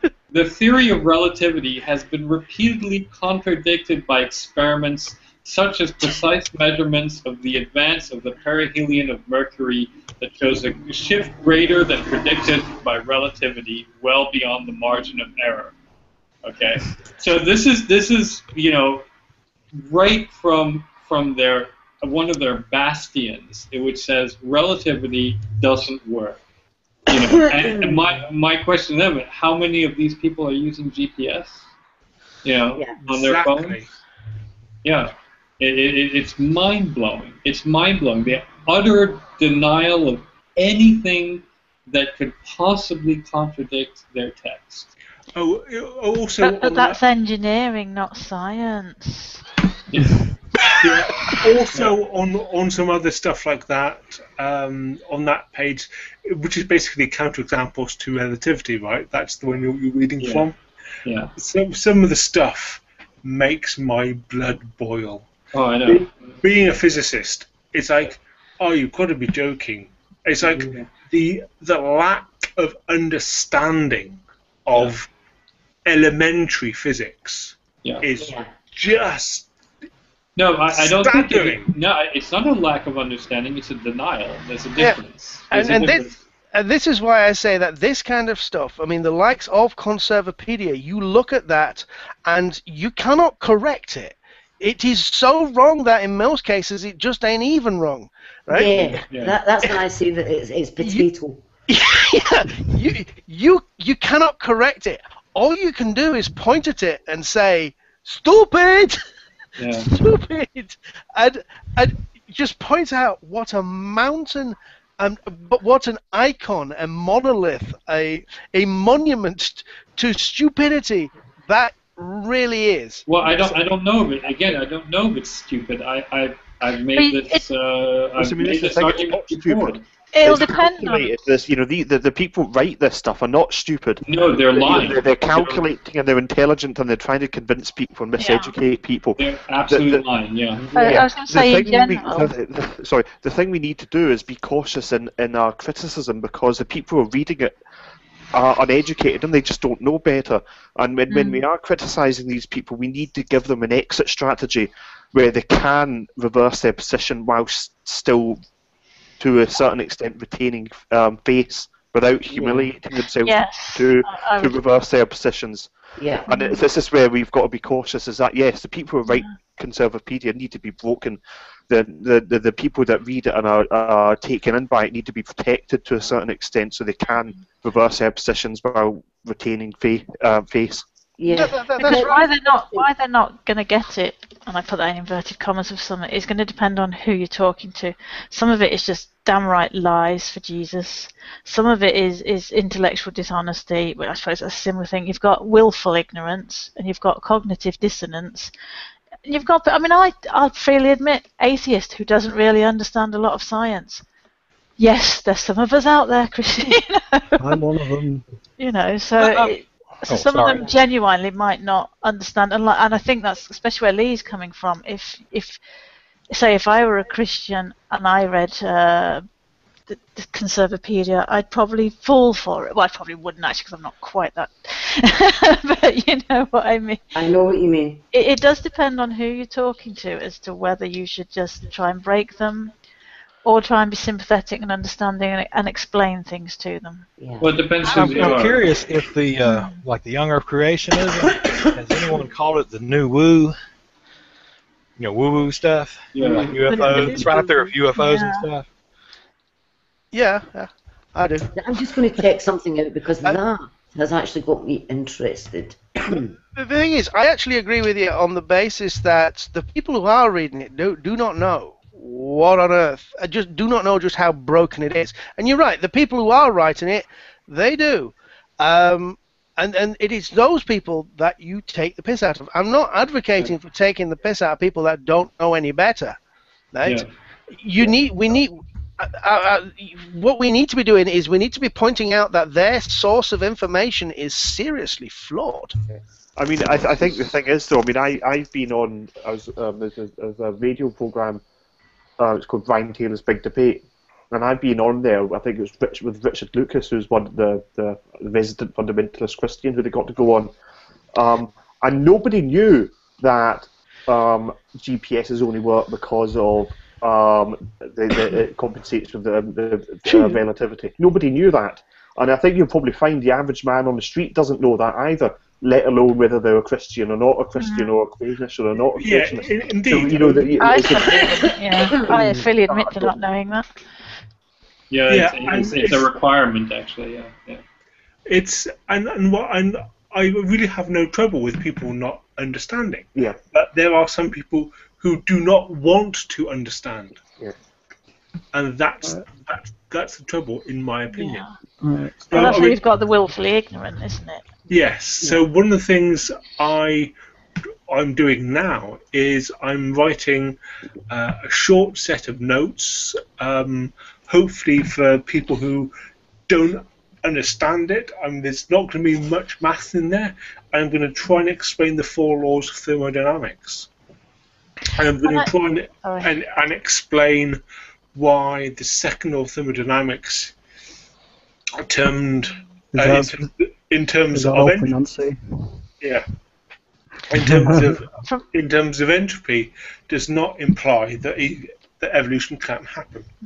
I mean, having spoken to a few ex-Christians, or I'm not even going to go into what some people would say, who come from fundamentalist backgrounds, who've come from very strong fundamentally Christian families, they have actually explained, and because it's something something I didn't personally realise till talking with them, is that it's almost like you go through the stages of a death. It's almost like you go through the grieving process, because at first there's like the disbelief, then there's the denial, then there's the anger and feeling of being betrayed and stuff, and then gradually there's and obviously it's going to, how long it takes will vary from person to person.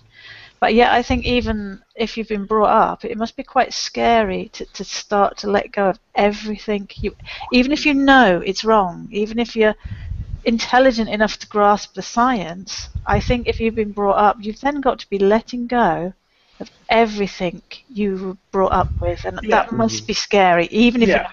Yes, I know exactly. I understand where you're coming from, Dee. I watched a wonderful interview that Richard Dawkins gave to a psychologist who was brought up in the Plymouth Brethren. Oh.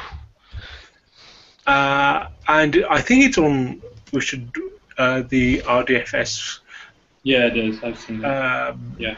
You know the person I'm referring to, Nathaniel? Yeah, I've watched it. And although she's rejected any form of deity, although she's just intellectually she understands why she has such feelings and whatnot.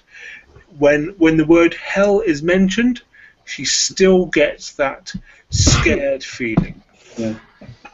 And it's hard for me. I mean, I can imagine, because I guess I have a big imagination what it must be like, but I've never experienced it myself, because I wasn't raised religious, so I never had that whole disassociating myself from religion. Although I had no external influences on religion from my family. I went to Christian schools, but religion never took hold for me. I was a pretty dullard when I was at school. I only really got into myself when I went to university, Well, my grandfather was actually the chief rabbi in Cairo, and I knew him quite well until he passed away in 1989. And he came from a Sephardic tradition. He never he was not a literalist or anything. I mean, it was a long-standing tradition for him and the people around him. By that point, a very long-standing tradition that this was much more a philosophical sort of outlook and about a community and all that stuff. All the trappings in the sense of a completely liberalized person in terms of religion. So even my grandfather being a rabbi, it didn't drag me into any sort of religious fundamentalism in any way whatsoever. And he knew I didn't really believe, and he never had a problem. He never, it was never a concern for him. He never told me. So I never was exposed really to that sort of thing where you hear about people who grew up with it, or even worse, are like the children of pastors or pastors themselves, who were also in turn children of pastors and who leave it, and I know it's terrifying for them, etc. But it's very hard for me to envision that in its entirety, I think. Yeah, Dee brought up a good point. It does hurt when you start, for whatever reason, you begin to lose your faith. Once you've had it, put so much time and effort into it, and then something comes up and you begin to fall away, you can't keep pretending that it's real anymore. It's something, like for me, the promises that the Bible was saying, like you'll have peace beyond understanding, you'll feel the indwelling of the Holy Spirit, and some other things, it never happened after years and years of going to church and believing and sincerely trying. And it does hurt when you reach a decision, or you come to a point where this isn't, for whatever reason, it's not working. Like for me, it wasn't anything to do with the science or the inconsistencies in the Bible. It was just, it was like I was giving all this effort in one direction, but nothing was coming back. So I had like three choices here. Either I didn't try hard enough, and I surely did try, or I was being ignored for whatever reason, or there wasn't anything on the other side, and the third choice was the only one I could come up with. Now that may change. I don't know, but that's pretty much been my position for quite a long time. Yeah, I mean that's pretty much my story. I think this is, again, when you go onto these message boards and speak to fundamentalist Christians, it's the lack of empathy that quite often stuns me. And that when I was losing my faith, I was brought up to think that if you weren't a Christian, you were going to burn in hell. No ifs, no buts. That was guaranteed. So when you're doubting your faith, you're in a position of, well, I don't think it's true, but oh my God, if it is, I'm going to spend eternity in hell. And that is a frightening thought when you think hell is a very real thing. Mm-hmm. Yeah. And I've never come across a fundamentalist who actually acknowledges that, let alone tries to empathise with that. Yeah, and I think maybe that's one of the reasons why people will rail against the basic science that we've been discussing tonight, because the consequences to their belief system are such that they basically don't want to face those consequences. Now, to me, that once again all comes down to what the real problem is, and that is this young earth creationism model being held dogmatically. Well, I think it's easier to belittle and rail against science than to acknowledge anything else. It's less painful to just say Darwin abandoned his theory on his deathbed than acknowledge that actually atheists, when they gave up their faith, were terrified that they would burn in hell as a consequence of it.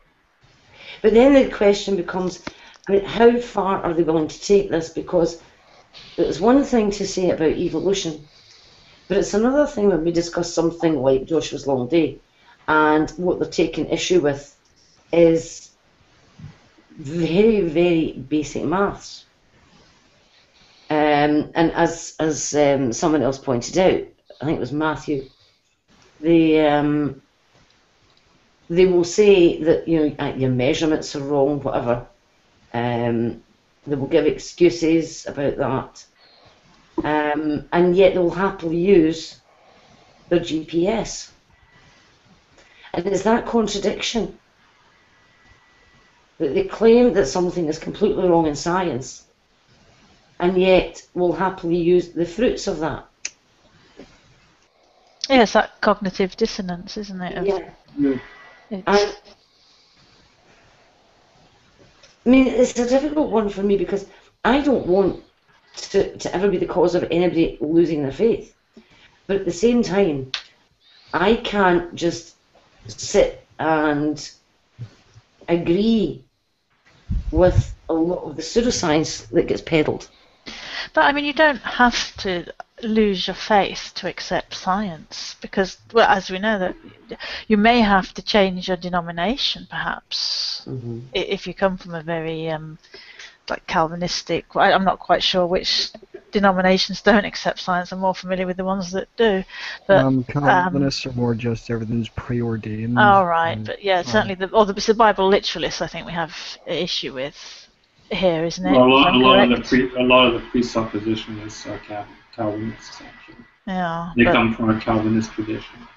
But yeah, what I would say is that, learning about science, learning to accept science, doesn't mean you have to lose your faith. Like, science is just a matter of discovering the world around you. Why does that have to ruin whatever faith you have? You can still have because that's life or whatever. Well, I understand why the literalists. I mean, they say they give their own inherent problem to them if you don't take the beginning of Adam and Eve, the story of Adam and Eve, literally, then there's no literal fall of man, and there is literally no Jesus, according to them. And there's no reason for Jesus to come to the earth. Well, so it is if you don't. Right, it could be a metaphorical thing, but their argument to that would be then the Bible is lying. Okay, and if the Bible is lying, then again it discredits everything. If there's one thing that's wrong in the Bible, it discredits everything in the Bible. Yeah. So they see. I mean, they give their own inherent problem in the debate itself. So that's their solution. You have to believe everything, or you can believe nothing. And when they say nothing, they mean it. They mean nothing. And it has to be a literal resurrection rather than a spiritual resurrection. Absolutely. And this is they won't give on that. Yeah, it has to be a literal Adam and Eve, and it has to be a literal resurrection. And if anything is found to be untrue by them in the Bible, or is accepted as being untrue or in doubt, that puts everything else into doubt, because those are the two rock foundations of the entire faith for them. I mean, I think that's ludicrous, but you have lots of Catholics. I would argue probably the majority of Catholics who do not feel this way. Of course, fundamentalists don't view Catholics as being quote unquote Christian. They often rail against Catholics. So yes. So Ian Paisley, which is frightening. And frankly, in a very bigoted way, I might add. But so they don't accept that argument. If you say, well, the Catholic Church accepts evolution, well, to them, the Catholic Church is the devil, it's the Antichrist, blah blah blah. So that's no argument for them. Having called the Antichrist too many times to count now. Slightly changing the subject here, because you often hear certain Christians talking about the atheist worldview, and I'm like, what are you talking about? I think this is one particular this is one particular subject, because I know atheists that have a problem with Christians who say the Bible is allegorical, whereas I personally can grasp that quite easily. I can understand why. Whereas as atheists like myself, I have a problem with Christians who take the Bible literally, whereas other atheists will say, well, that's what they should be, because if they don't take it literally, how do you know how to interpret it? So, yeah, there is not an atheist worldview. No. We all have our differences. It's like, Yeah, I've talked to atheists who are as fundamentalist as our Christian fundamentals. As far as the Bible goes, it must be absolutely, literally true from Genesis to Revelations, or it doesn't make any sense. And those are atheists saying that. Yeah, no, that's just a phrase of total lack of what the Bible is, and again the lack of the culture at the time, or the cultures at the time, through various ages, and even a lack of the archaeology and the historical documents we do have about the area at the time. So that really does kind of piss me off. That's just an ignorant way of looking at it. It's they don't look at they don't look at Greek mythology the same way, or Viking mythology the same way, and it's the same thing in a sense. I mean, it's the mythology of the people in an area at the time, and you have to understand the people before you can understand them. So, hey guys, I want to bring this to a close because it's now nearly 11:30. It's 1:30 here. I'm gonna get to bed. So we've decided then that Joshua's long day is not literally true. I'm trying to phrase this in such a way that I'm not going to offend Christians, because I am one. But I think we've agreed that Joshua's long day isn't literally true. Well, it could be poetically. Yeah, in that the sun wasn't stopped from moving, in that it would really be the earth you would have to stop, and that causes all sorts of problems. Yep. However, I believe all of you in here are atheists. If I said to you, as a Christian, if I just said to you, okay, well, you asked me to explain it. If I said to you, I don't know how it was done, it was a miracle, and I left it at that, would you have an issue with that? That would be more acceptable. Yeah, I don't have an issue But with. you can't prove it by science. No, I do. I see it. I see it as a story that is allegorical. Yeah. And I can't attribute anything. I can't attribute the word miraculous to anything that is unprovable. Yeah. But I can easily see it as a it's a story. Yeah, but if I'm saying to you that I cannot explain it, and I'm not using science to try and explain it, right? I'm just saying it is a miracle, then it's a lot more honest I don't think answer. Andy would have a problem with that, because I'm not trying to use science to prove it. I'm saying that science wouldn't be able to prove it. No, see, I have a problem with that because the claim that something is a miracle is a scientific claim, and that to me it requires a hell of a lot of burden of proof. It's like saying something is something is wet. Well, you have to show that it is. A miracle is a definition. It's an event that has to be proved to be such, and so I can't accept that, but I can accept, I can accept, it's an allegory, it's a story, it's a way. I agree with you. Yeah. But what I'm saying, I understand. But what I'm saying if I could just interrupt, I think the issue I have with the word miracle is that how miraculous does something have to be for it to be considered a miracle? How unlikely does it have to be? And thus, in practice, I don't have a problem with the word, but the problem I have with the word itself, I don't have a problem with the explanation. The problem I have with the word is that it's a weasel word. Is that I think you're missing a point here. miraculous, I but think it's you're missing the not a point. miracle. The point that I'm trying to make is that if I am not attempting to use science to prove events like this, if I say, quite honestly, it's a miracle, it's taken on faith, and I can't provide evidence for this. Yeah, I think I'm probably happy with with it being said it's taken on faith. God can do anything. That's fine.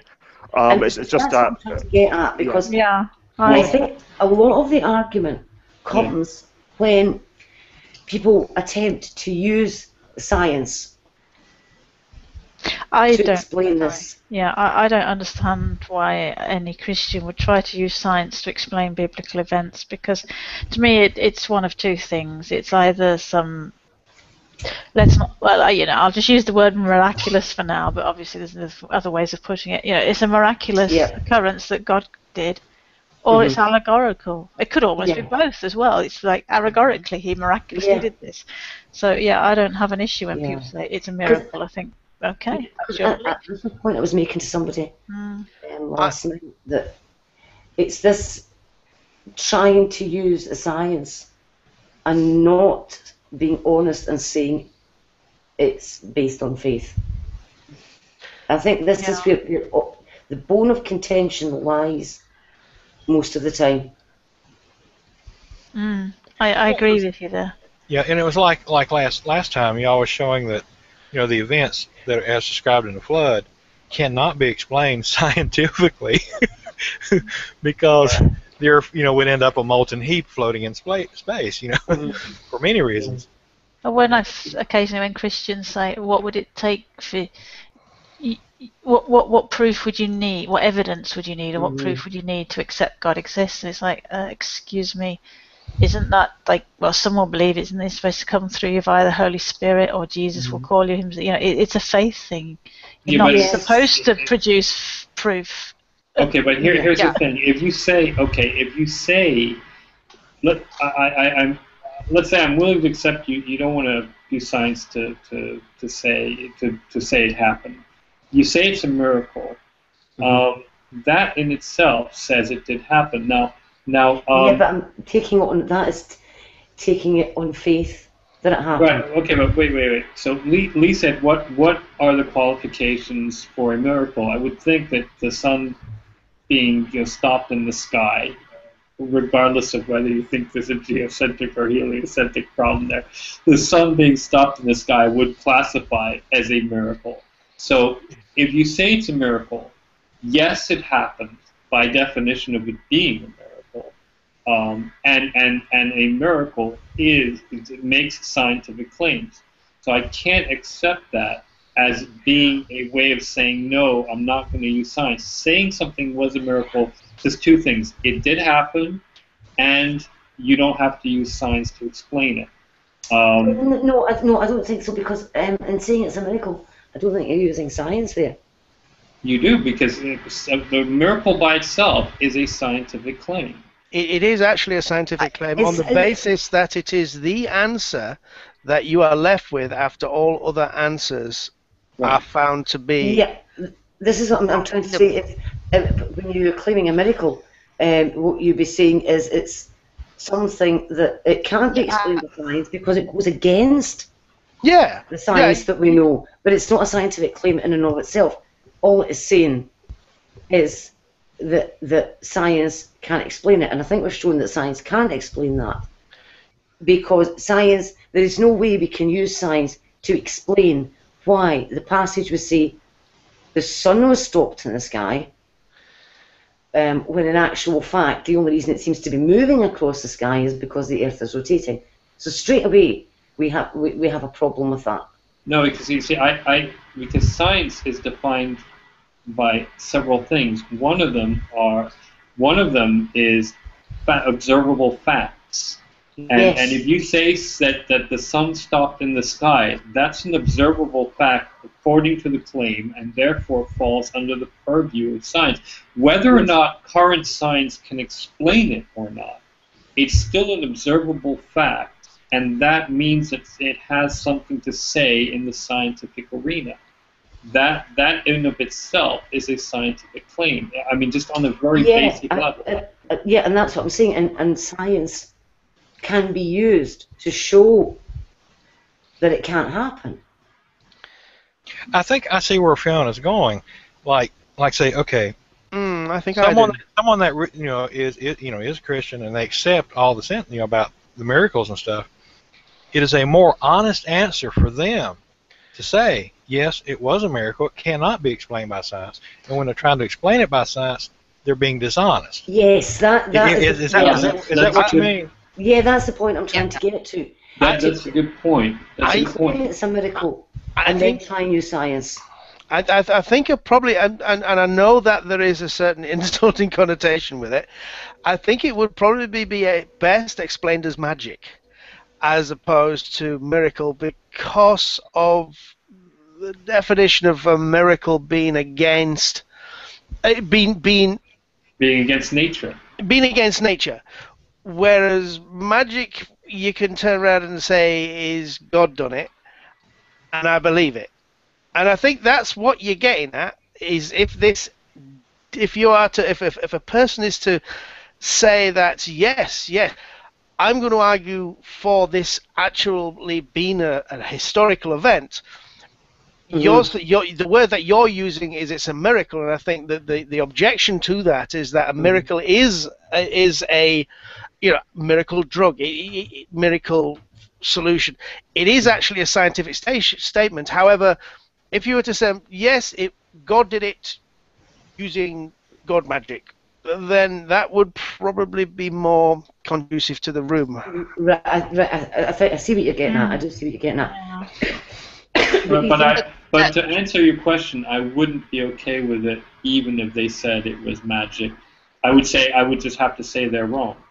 And they can debate me on that. That's fine. But I would not say, well, okay, I can live with it. But, I wouldn't say that I accept that as being a possible argument. And we can just, No, I agree with you. What I would say is I would accept that person believes that miracle happened. Oh yeah, I have no doubt that they believe it.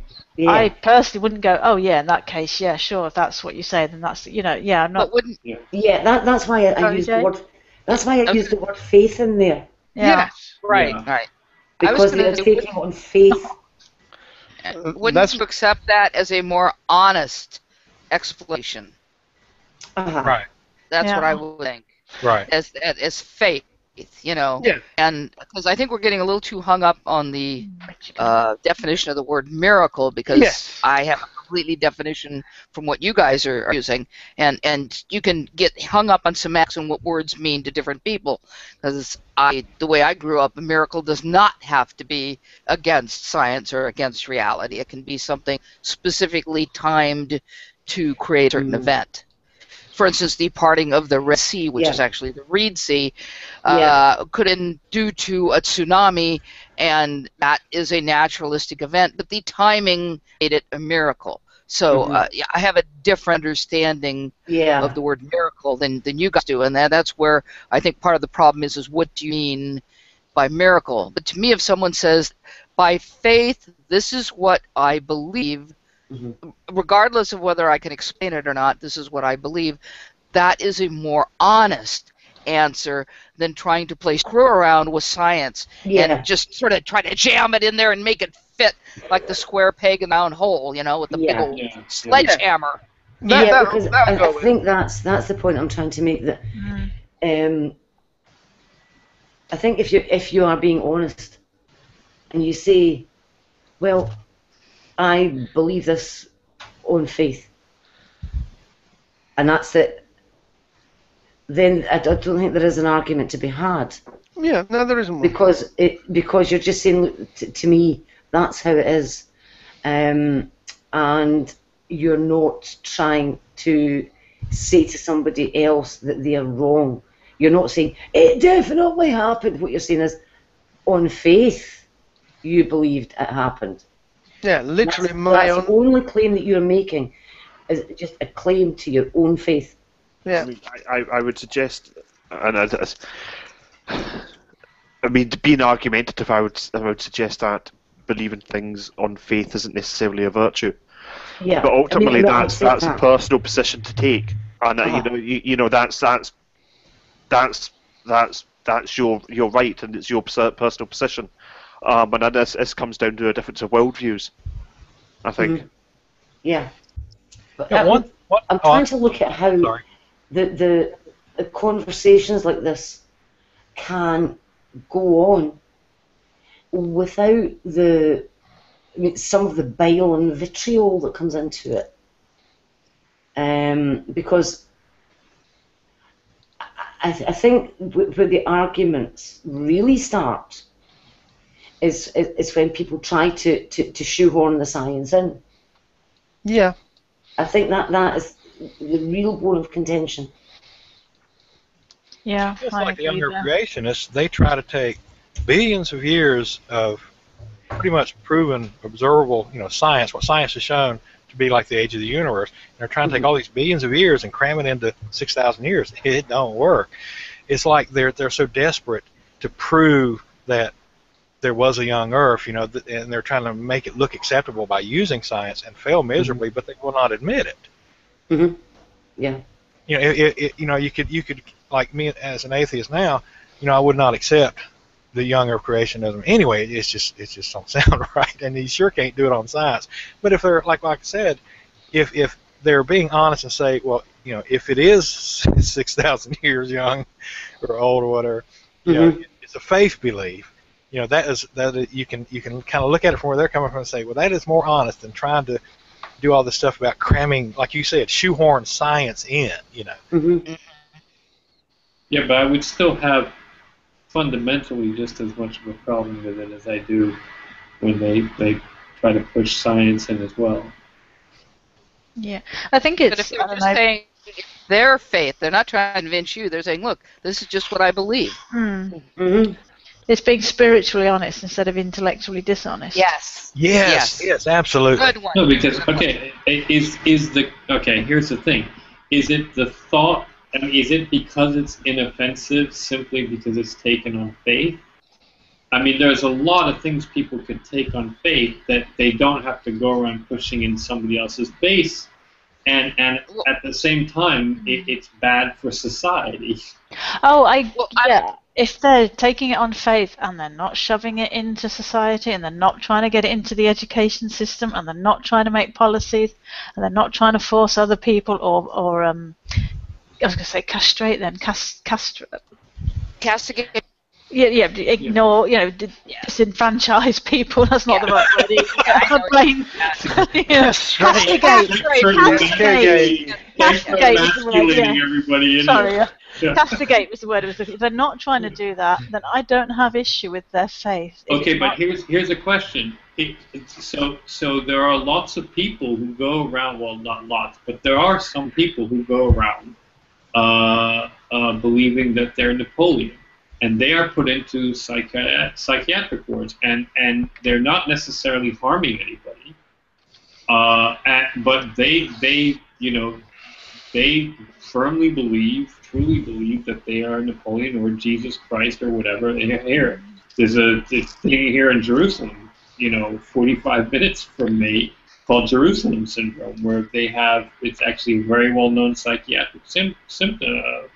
Certain people get overwhelmed with the atmosphere, and there are a ton of people in a special ward here in Jerusalem who believe that they're Jesus Christ or the next Messiah or whatever. And so they're not actually going around hurting anybody, but they're still put in the psychiatric ward. So how is that any different from somebody just believing that the Earth is 6,000 years old? In what way does the person believing that harm the world less than somebody believing that they are Napoleon or Jesus Christ? How does someone believing they're Napoleon or Jesus Christ harm the world? They can't. People like that cannot function. Yeah. How do you know? No, because some people. Yeah, but okay, that's the distinction. But that's the distinction. Can they function or can't they function? I don't care if I go to the grocery store and the person that is adding up my grocery purchases thinks they're Napoleon. If they can function in the world and they think they're Napoleon, I don't care. If they can't function, that's a different situation. So are they being institutionalized because they can't function, or are they being institutionalized simply because they have a delusion? I think most people are institutionalized for that severity. It's a bit of both. You probably have to ask a psychologist, but I mean, generally speaking, in most parts of the world that I'm familiar with, the only reason you'll get sectioned, or I'm not quite sure what you call it in America, is because you're either a danger to yourself or others, or you go in voluntarily. Now, I'm not saying, there's misdiagnosis and all sorts of stuff, and I'm not going to get into the ins and outs, but generally speaking, it's either you voluntarily go in, or you've been deemed a danger to yourself or others. So, Right. I don't know what it's like in Israel, though. Sorry, John. No, it's pretty much the harm same. is one of the necessary criteria for what's known as issuing a psychiatric hold. Yeah. If you can have delusional beliefs, but so long as they're, I guess, benign or whatnot. Yeah, it's the same here. It's the same here, but I think part of the reason also is because they don't want anybody causing a religious riot. But they have enough of this. No, it's just simply the criteria that the mental health community has established. No, I that think I people can have all sorts of mistaken beliefs right. or whatnot. But so my point is, at what point do we consider it a delusion and challenge it? Even people are no longer functional. Okay. Here's a question: do ideas matter? And if you think that they don't, then how do people act upon things? Is my Now there you go, Nathaniel. You're having to make me think too hard about something again. I'm sorry. Maybe Hogtie was right tonight. Maybe okay. Ideas are dangerous when they start being spread. If you want to have ideas that, I don't know, are completely off the wall and batshit insane, but you want to keep them between your ears, then good for you. And it's nobody else's business other than your own and you and your, I don't know, imaginary goat. Yeah. But the danger and the whole reason that folk get locked up with Jerusalem syndrome is because, as you say, once they start expressing those ideas and start spreading those ideas, and those ideas start being dangerous, then people need to step in. Then society needs to step in and correct them. Go ahead. I was going to say, I kind of get where you're coming from, because where do you decide? Because I postulate that, to be honest, I think most, if not all of us, are delusional about something to some degree or another.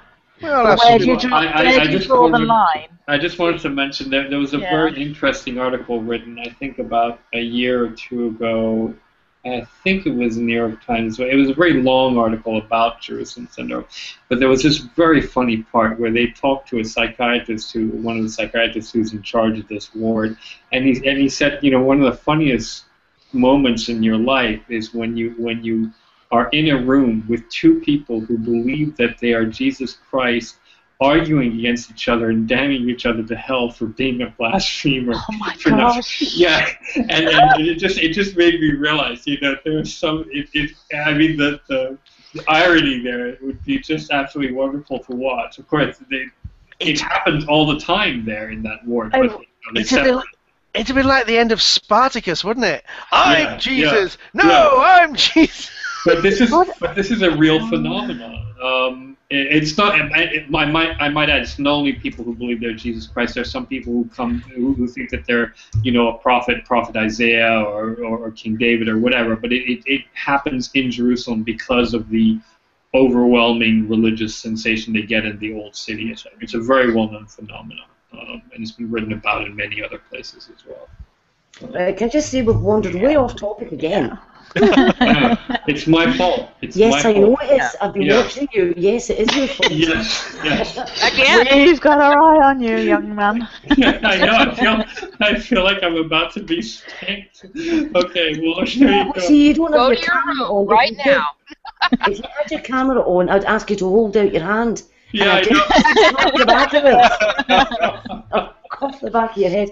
But so the thing is, I mean, Paul had said something about as long as you keep these ideas between your ears. I mean, and I see his point.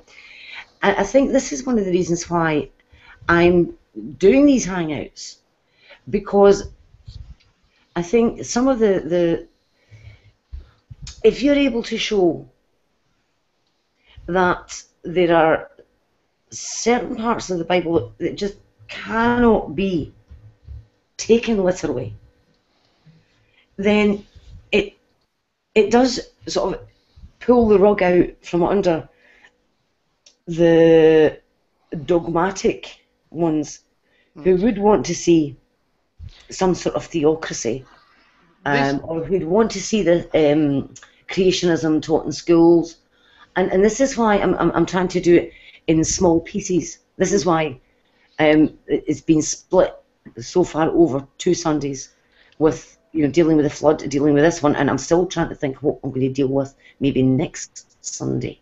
I've got a suggestion. Because I want to keep applying science to this. Oh yeah, great idea. And to see where it leads us. So if I achieve anything in these hangouts, what I want to achieve is an understanding that not everything in the Bible can be literally true.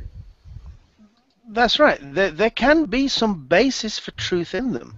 There can be a nugget of truth at the center of the story. I mean, Joshua literally could have had that battle, but it didn't take place as is described. I think Jade hit the nail on the head.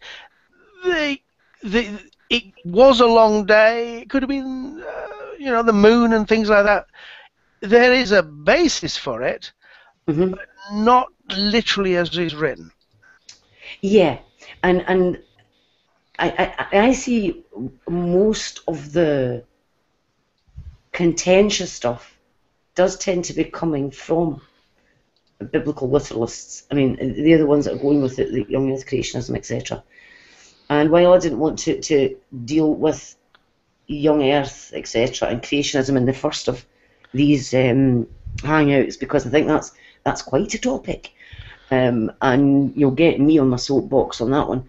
But I wanted to look at other aspects within the Bible that really do bear looking at closely, applying science to it, and then saying, well, look, if we're saying that this isn't literally true, then you can't really be making a case for all these other bits that you then want to force on other people because you are claiming they're literally true. Who are you aiming this at? Do you know, anybody who's open to that message, I think. Because I think the problem is that very much like conspiracy theorists, people who have made a conscious choice to believe the Bible have not the slightest interest in anything you say. All they do is they look at the edges and they try and pick threads off the edges. I did a video on Ken Ham, and I got a comment today, well, but science can't explain what happened before the Big Bang, as if that means Ken Ham's right. Yeah. That's what they're not interested in. Their minds will just blank out any evidence to the contrary, and they'll highlight anything that they think, I can just pick away at this bit here and undermine you. It's the old business of the mote in God's eye, really. Yeah. See, I see myself as I'm a Christian, but I'm certainly not a biblical inerrantist or a biblical literalist. And I think that the more moderate Christians have not really had much of a voice because they're quieter. Right. And the ones that everybody hears about are the ones that are screaming from the rooftops with their biblical literalism and get creation into science classes and all the rest of it. And, you know, if the scientific evidence goes against the Bible, well, throw out the scientific evidence. Don't teach that to the children.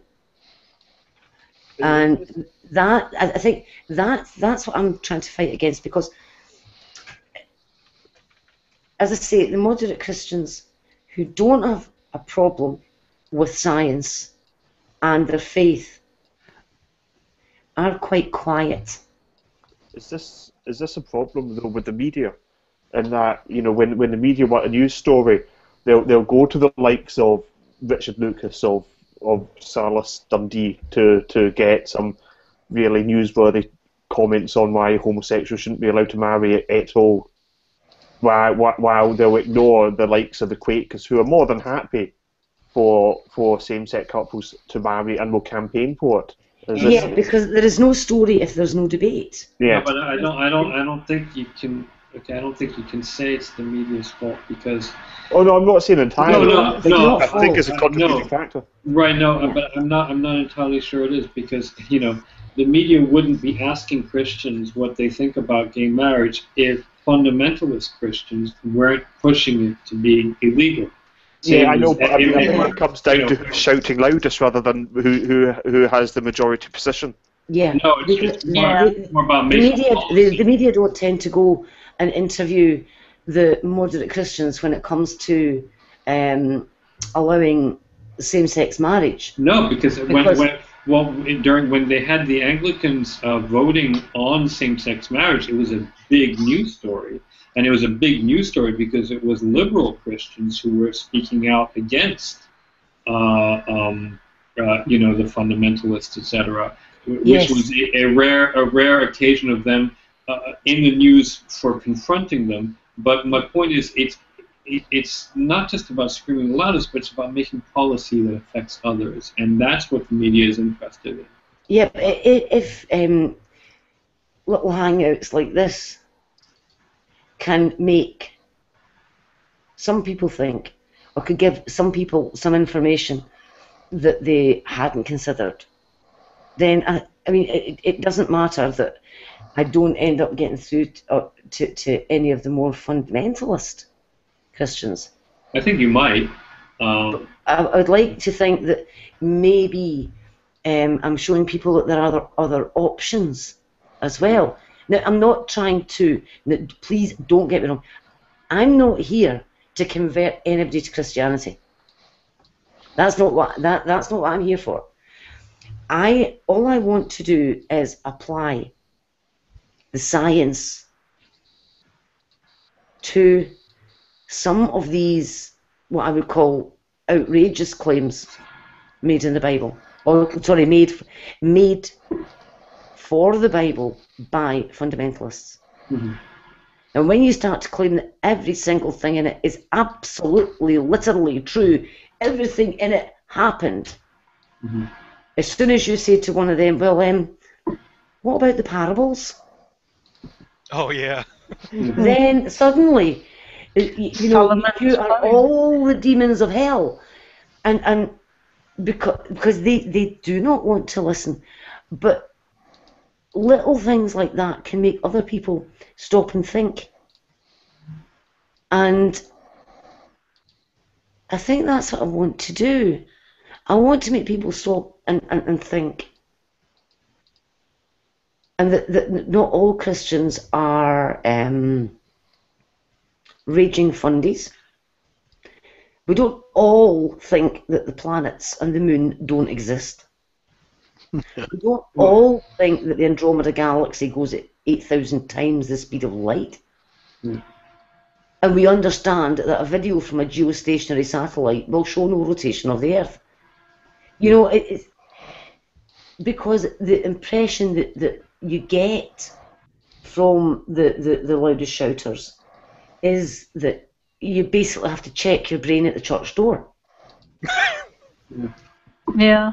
That's a good point. Yeah, because it's this one small, very loud group. It makes the rest of the Christians and believers look really bad. Yeah, because the They're not Muslims tend to keep their head down. So, Yeah, and that's why I mentioned in the chat here that this is why Gary, Phony Beetle Maniac, goes on and will talk to and confront all the fundies, because people will say, Gary, why do you keep beating your head against the wall? And he says, because he has to show that all Christians aren't like them. Yeah. And that he wants to have a different voice out there, because some of the people listening may be questioning, and to hear that all Christians don't think the same way is a good message, and that's what Fiona is doing too. And I think it's really important, because so many, I know a number of moderate Christians who kind of abandon, in a sense, the whole conversation because it gets so frustrating, and I can't blame them because they get attacked by both sides. Oh yes, yeah, I've seen that many a time. Yeah, and one. There's been a comment tonight. There's actually been a comment tonight. Oh yeah. That I am not a Christian. Now let me just find it. Oh no. Okay. Yes, of course you're not. 2-page. And can I say one thing about that? I find it very interesting when you see people like G-Men and others. They talk about how many billions of Christians there are in the world, but at the same time, these Catholics aren't Christians. Do they realize how many of their billions of Christians are Catholic or Orthodox? And that really brings down the number of Christians that they think exist in the world. Here we have it. Right, here's the comment. If Fiona Robertson is, as you claim, discussing this as a biblical fairy story, then it is but further evidence against her claim to be a Christian. See, now at what point did you say it was a fairy tale or a fairy story? No, but that was a reply to somebody else's comment. I know, but you haven't claimed it's a fairy tale or a fairy story. No, it's true. I didn't really say that's what I'm saying is it's not. That's a straw man. Yes, but to say you're saying it's a fairy tale is a straw man, I think. And can I point out to those people who say really stupid things like that, and to a lot of the fundamentalists that need to read a little history, including the early church fathers, because people like St. Augustine were fundamentalists, but not in the same. Not fundamentalists. We're biblical literalists, but biblical literacy meant something very, very different back then. This is going back 1,500 years. Biblical literacy meant you stayed true to the spirit, the essence of the text. It didn't mean that you took it literally. As a matter of fact, St. Augustine said, and I always paraphrase this and I always get it really screwy, but he basically told Christians to stop saying stupid stuff about science, because even the pagans know that the world is round, and when you go around saying stupid stuff about science, it makes Christians look stupid. Oh, I didn't know that. Yeah, that's that was 1,500 years ago. Oh, I've got that one bookmarked. I'll put it into the chat box for you. Yeah, it's It's from De Genesia Literum. Yes. Which means on the literal reading of Genesis, but again, yes, it does. He did also go on to explain how I think the stretching of the heavens didn't mean that the sky was flat, but was actually round. So he did a little bit of it's again, it's the chosen delusion thing, isn't it? But yeah, he was on the right way. Yeah, he took that one phrase where it says that the heavens stretched out like a tent or a skin, and he pointed out that I even have the quote not right in my hands right now. He pointed out, but yeah, you can take a skin and stretch it into a ball, and that was his, umbrellas. I think you can stretch the Bible. I think you make a fair point, Fiona, but it's interesting to note. I mean, I might have mentioned on here before, but you remember after the Bill Nye Ken Ham debate, there was that poll on Christianity Today, where 92% voted that Bill Nye won the debate. And okay, this is an unscientific poll, and you can say, well, maybe some of them thought that he won, but Bill Nye is still correct. But even so, even if you have those numbers, that's still a huge amount of people on Christianity Today who understood the fact that Ken Ham is just talking out of his ass. Mm-hmm. And it represents, frankly, I think, a majority of Christians in the way they see fundamentalists as well. And I think that was a pretty upfront way of telling Ken Ham and his cohorts off. Mm-hmm. Oh yeah, and it scared Ken Ham. I mean, because you go onto the AIG website and they've now got a whole section dedicated to the Bill Nye debate. Yeah, where I've seen it. You can go onto the video and you Actually can gotten click so on bad. it. And, They have videos. They had post videos Okay. like every day. Analyzing it. Yeah. Now, I mean, I really do need to draw this to a close because I tried to do that nearly an hour ago. I know, and again, my fault. Yes, it is. You thwarted me. Again. So what I'm going to do is, let's go round it up and then go off here, because I would like to have with the people that are in here, if you don't mind, an off-air discussion about the various things, including the debate that happened about 24 hours ago. Do that off-air because nobody's seen it yet. And so I think that should be done off-air until we've all seen it. So I would just like to say, I'm going to go along, the way I did exactly the same way last week. I'm going to go along the bottom as the order people appear in and ask them what for them personally is the killer for Joshua's long day. Oh, yeah. So, cool. Starting at the bottom, it is Bod is first. well, it's quite simple that it under our understood laws of physics, it didn't happen. Right, that's pretty fair. Yep. D's next. Well, the sun doesn't go around the earth, and again, echoing what Bortowitz just said. Okay. Heavy hauler. Well, if everything did come to a screeching halt, if the Earth came to a screeching halt, everything else wouldn't. It would have just cleaned off the surface of the Earth altogether. Inertia, if you want to call it. Yep, that's a good one. Then we've got Jade. Even when I was a kid, the part that really bugged me was the sun standing still in the sky. It just made no sense. The only way I could envision it was a Twilight Zone episode. And we were in another dimension, you know. No, that didn't work.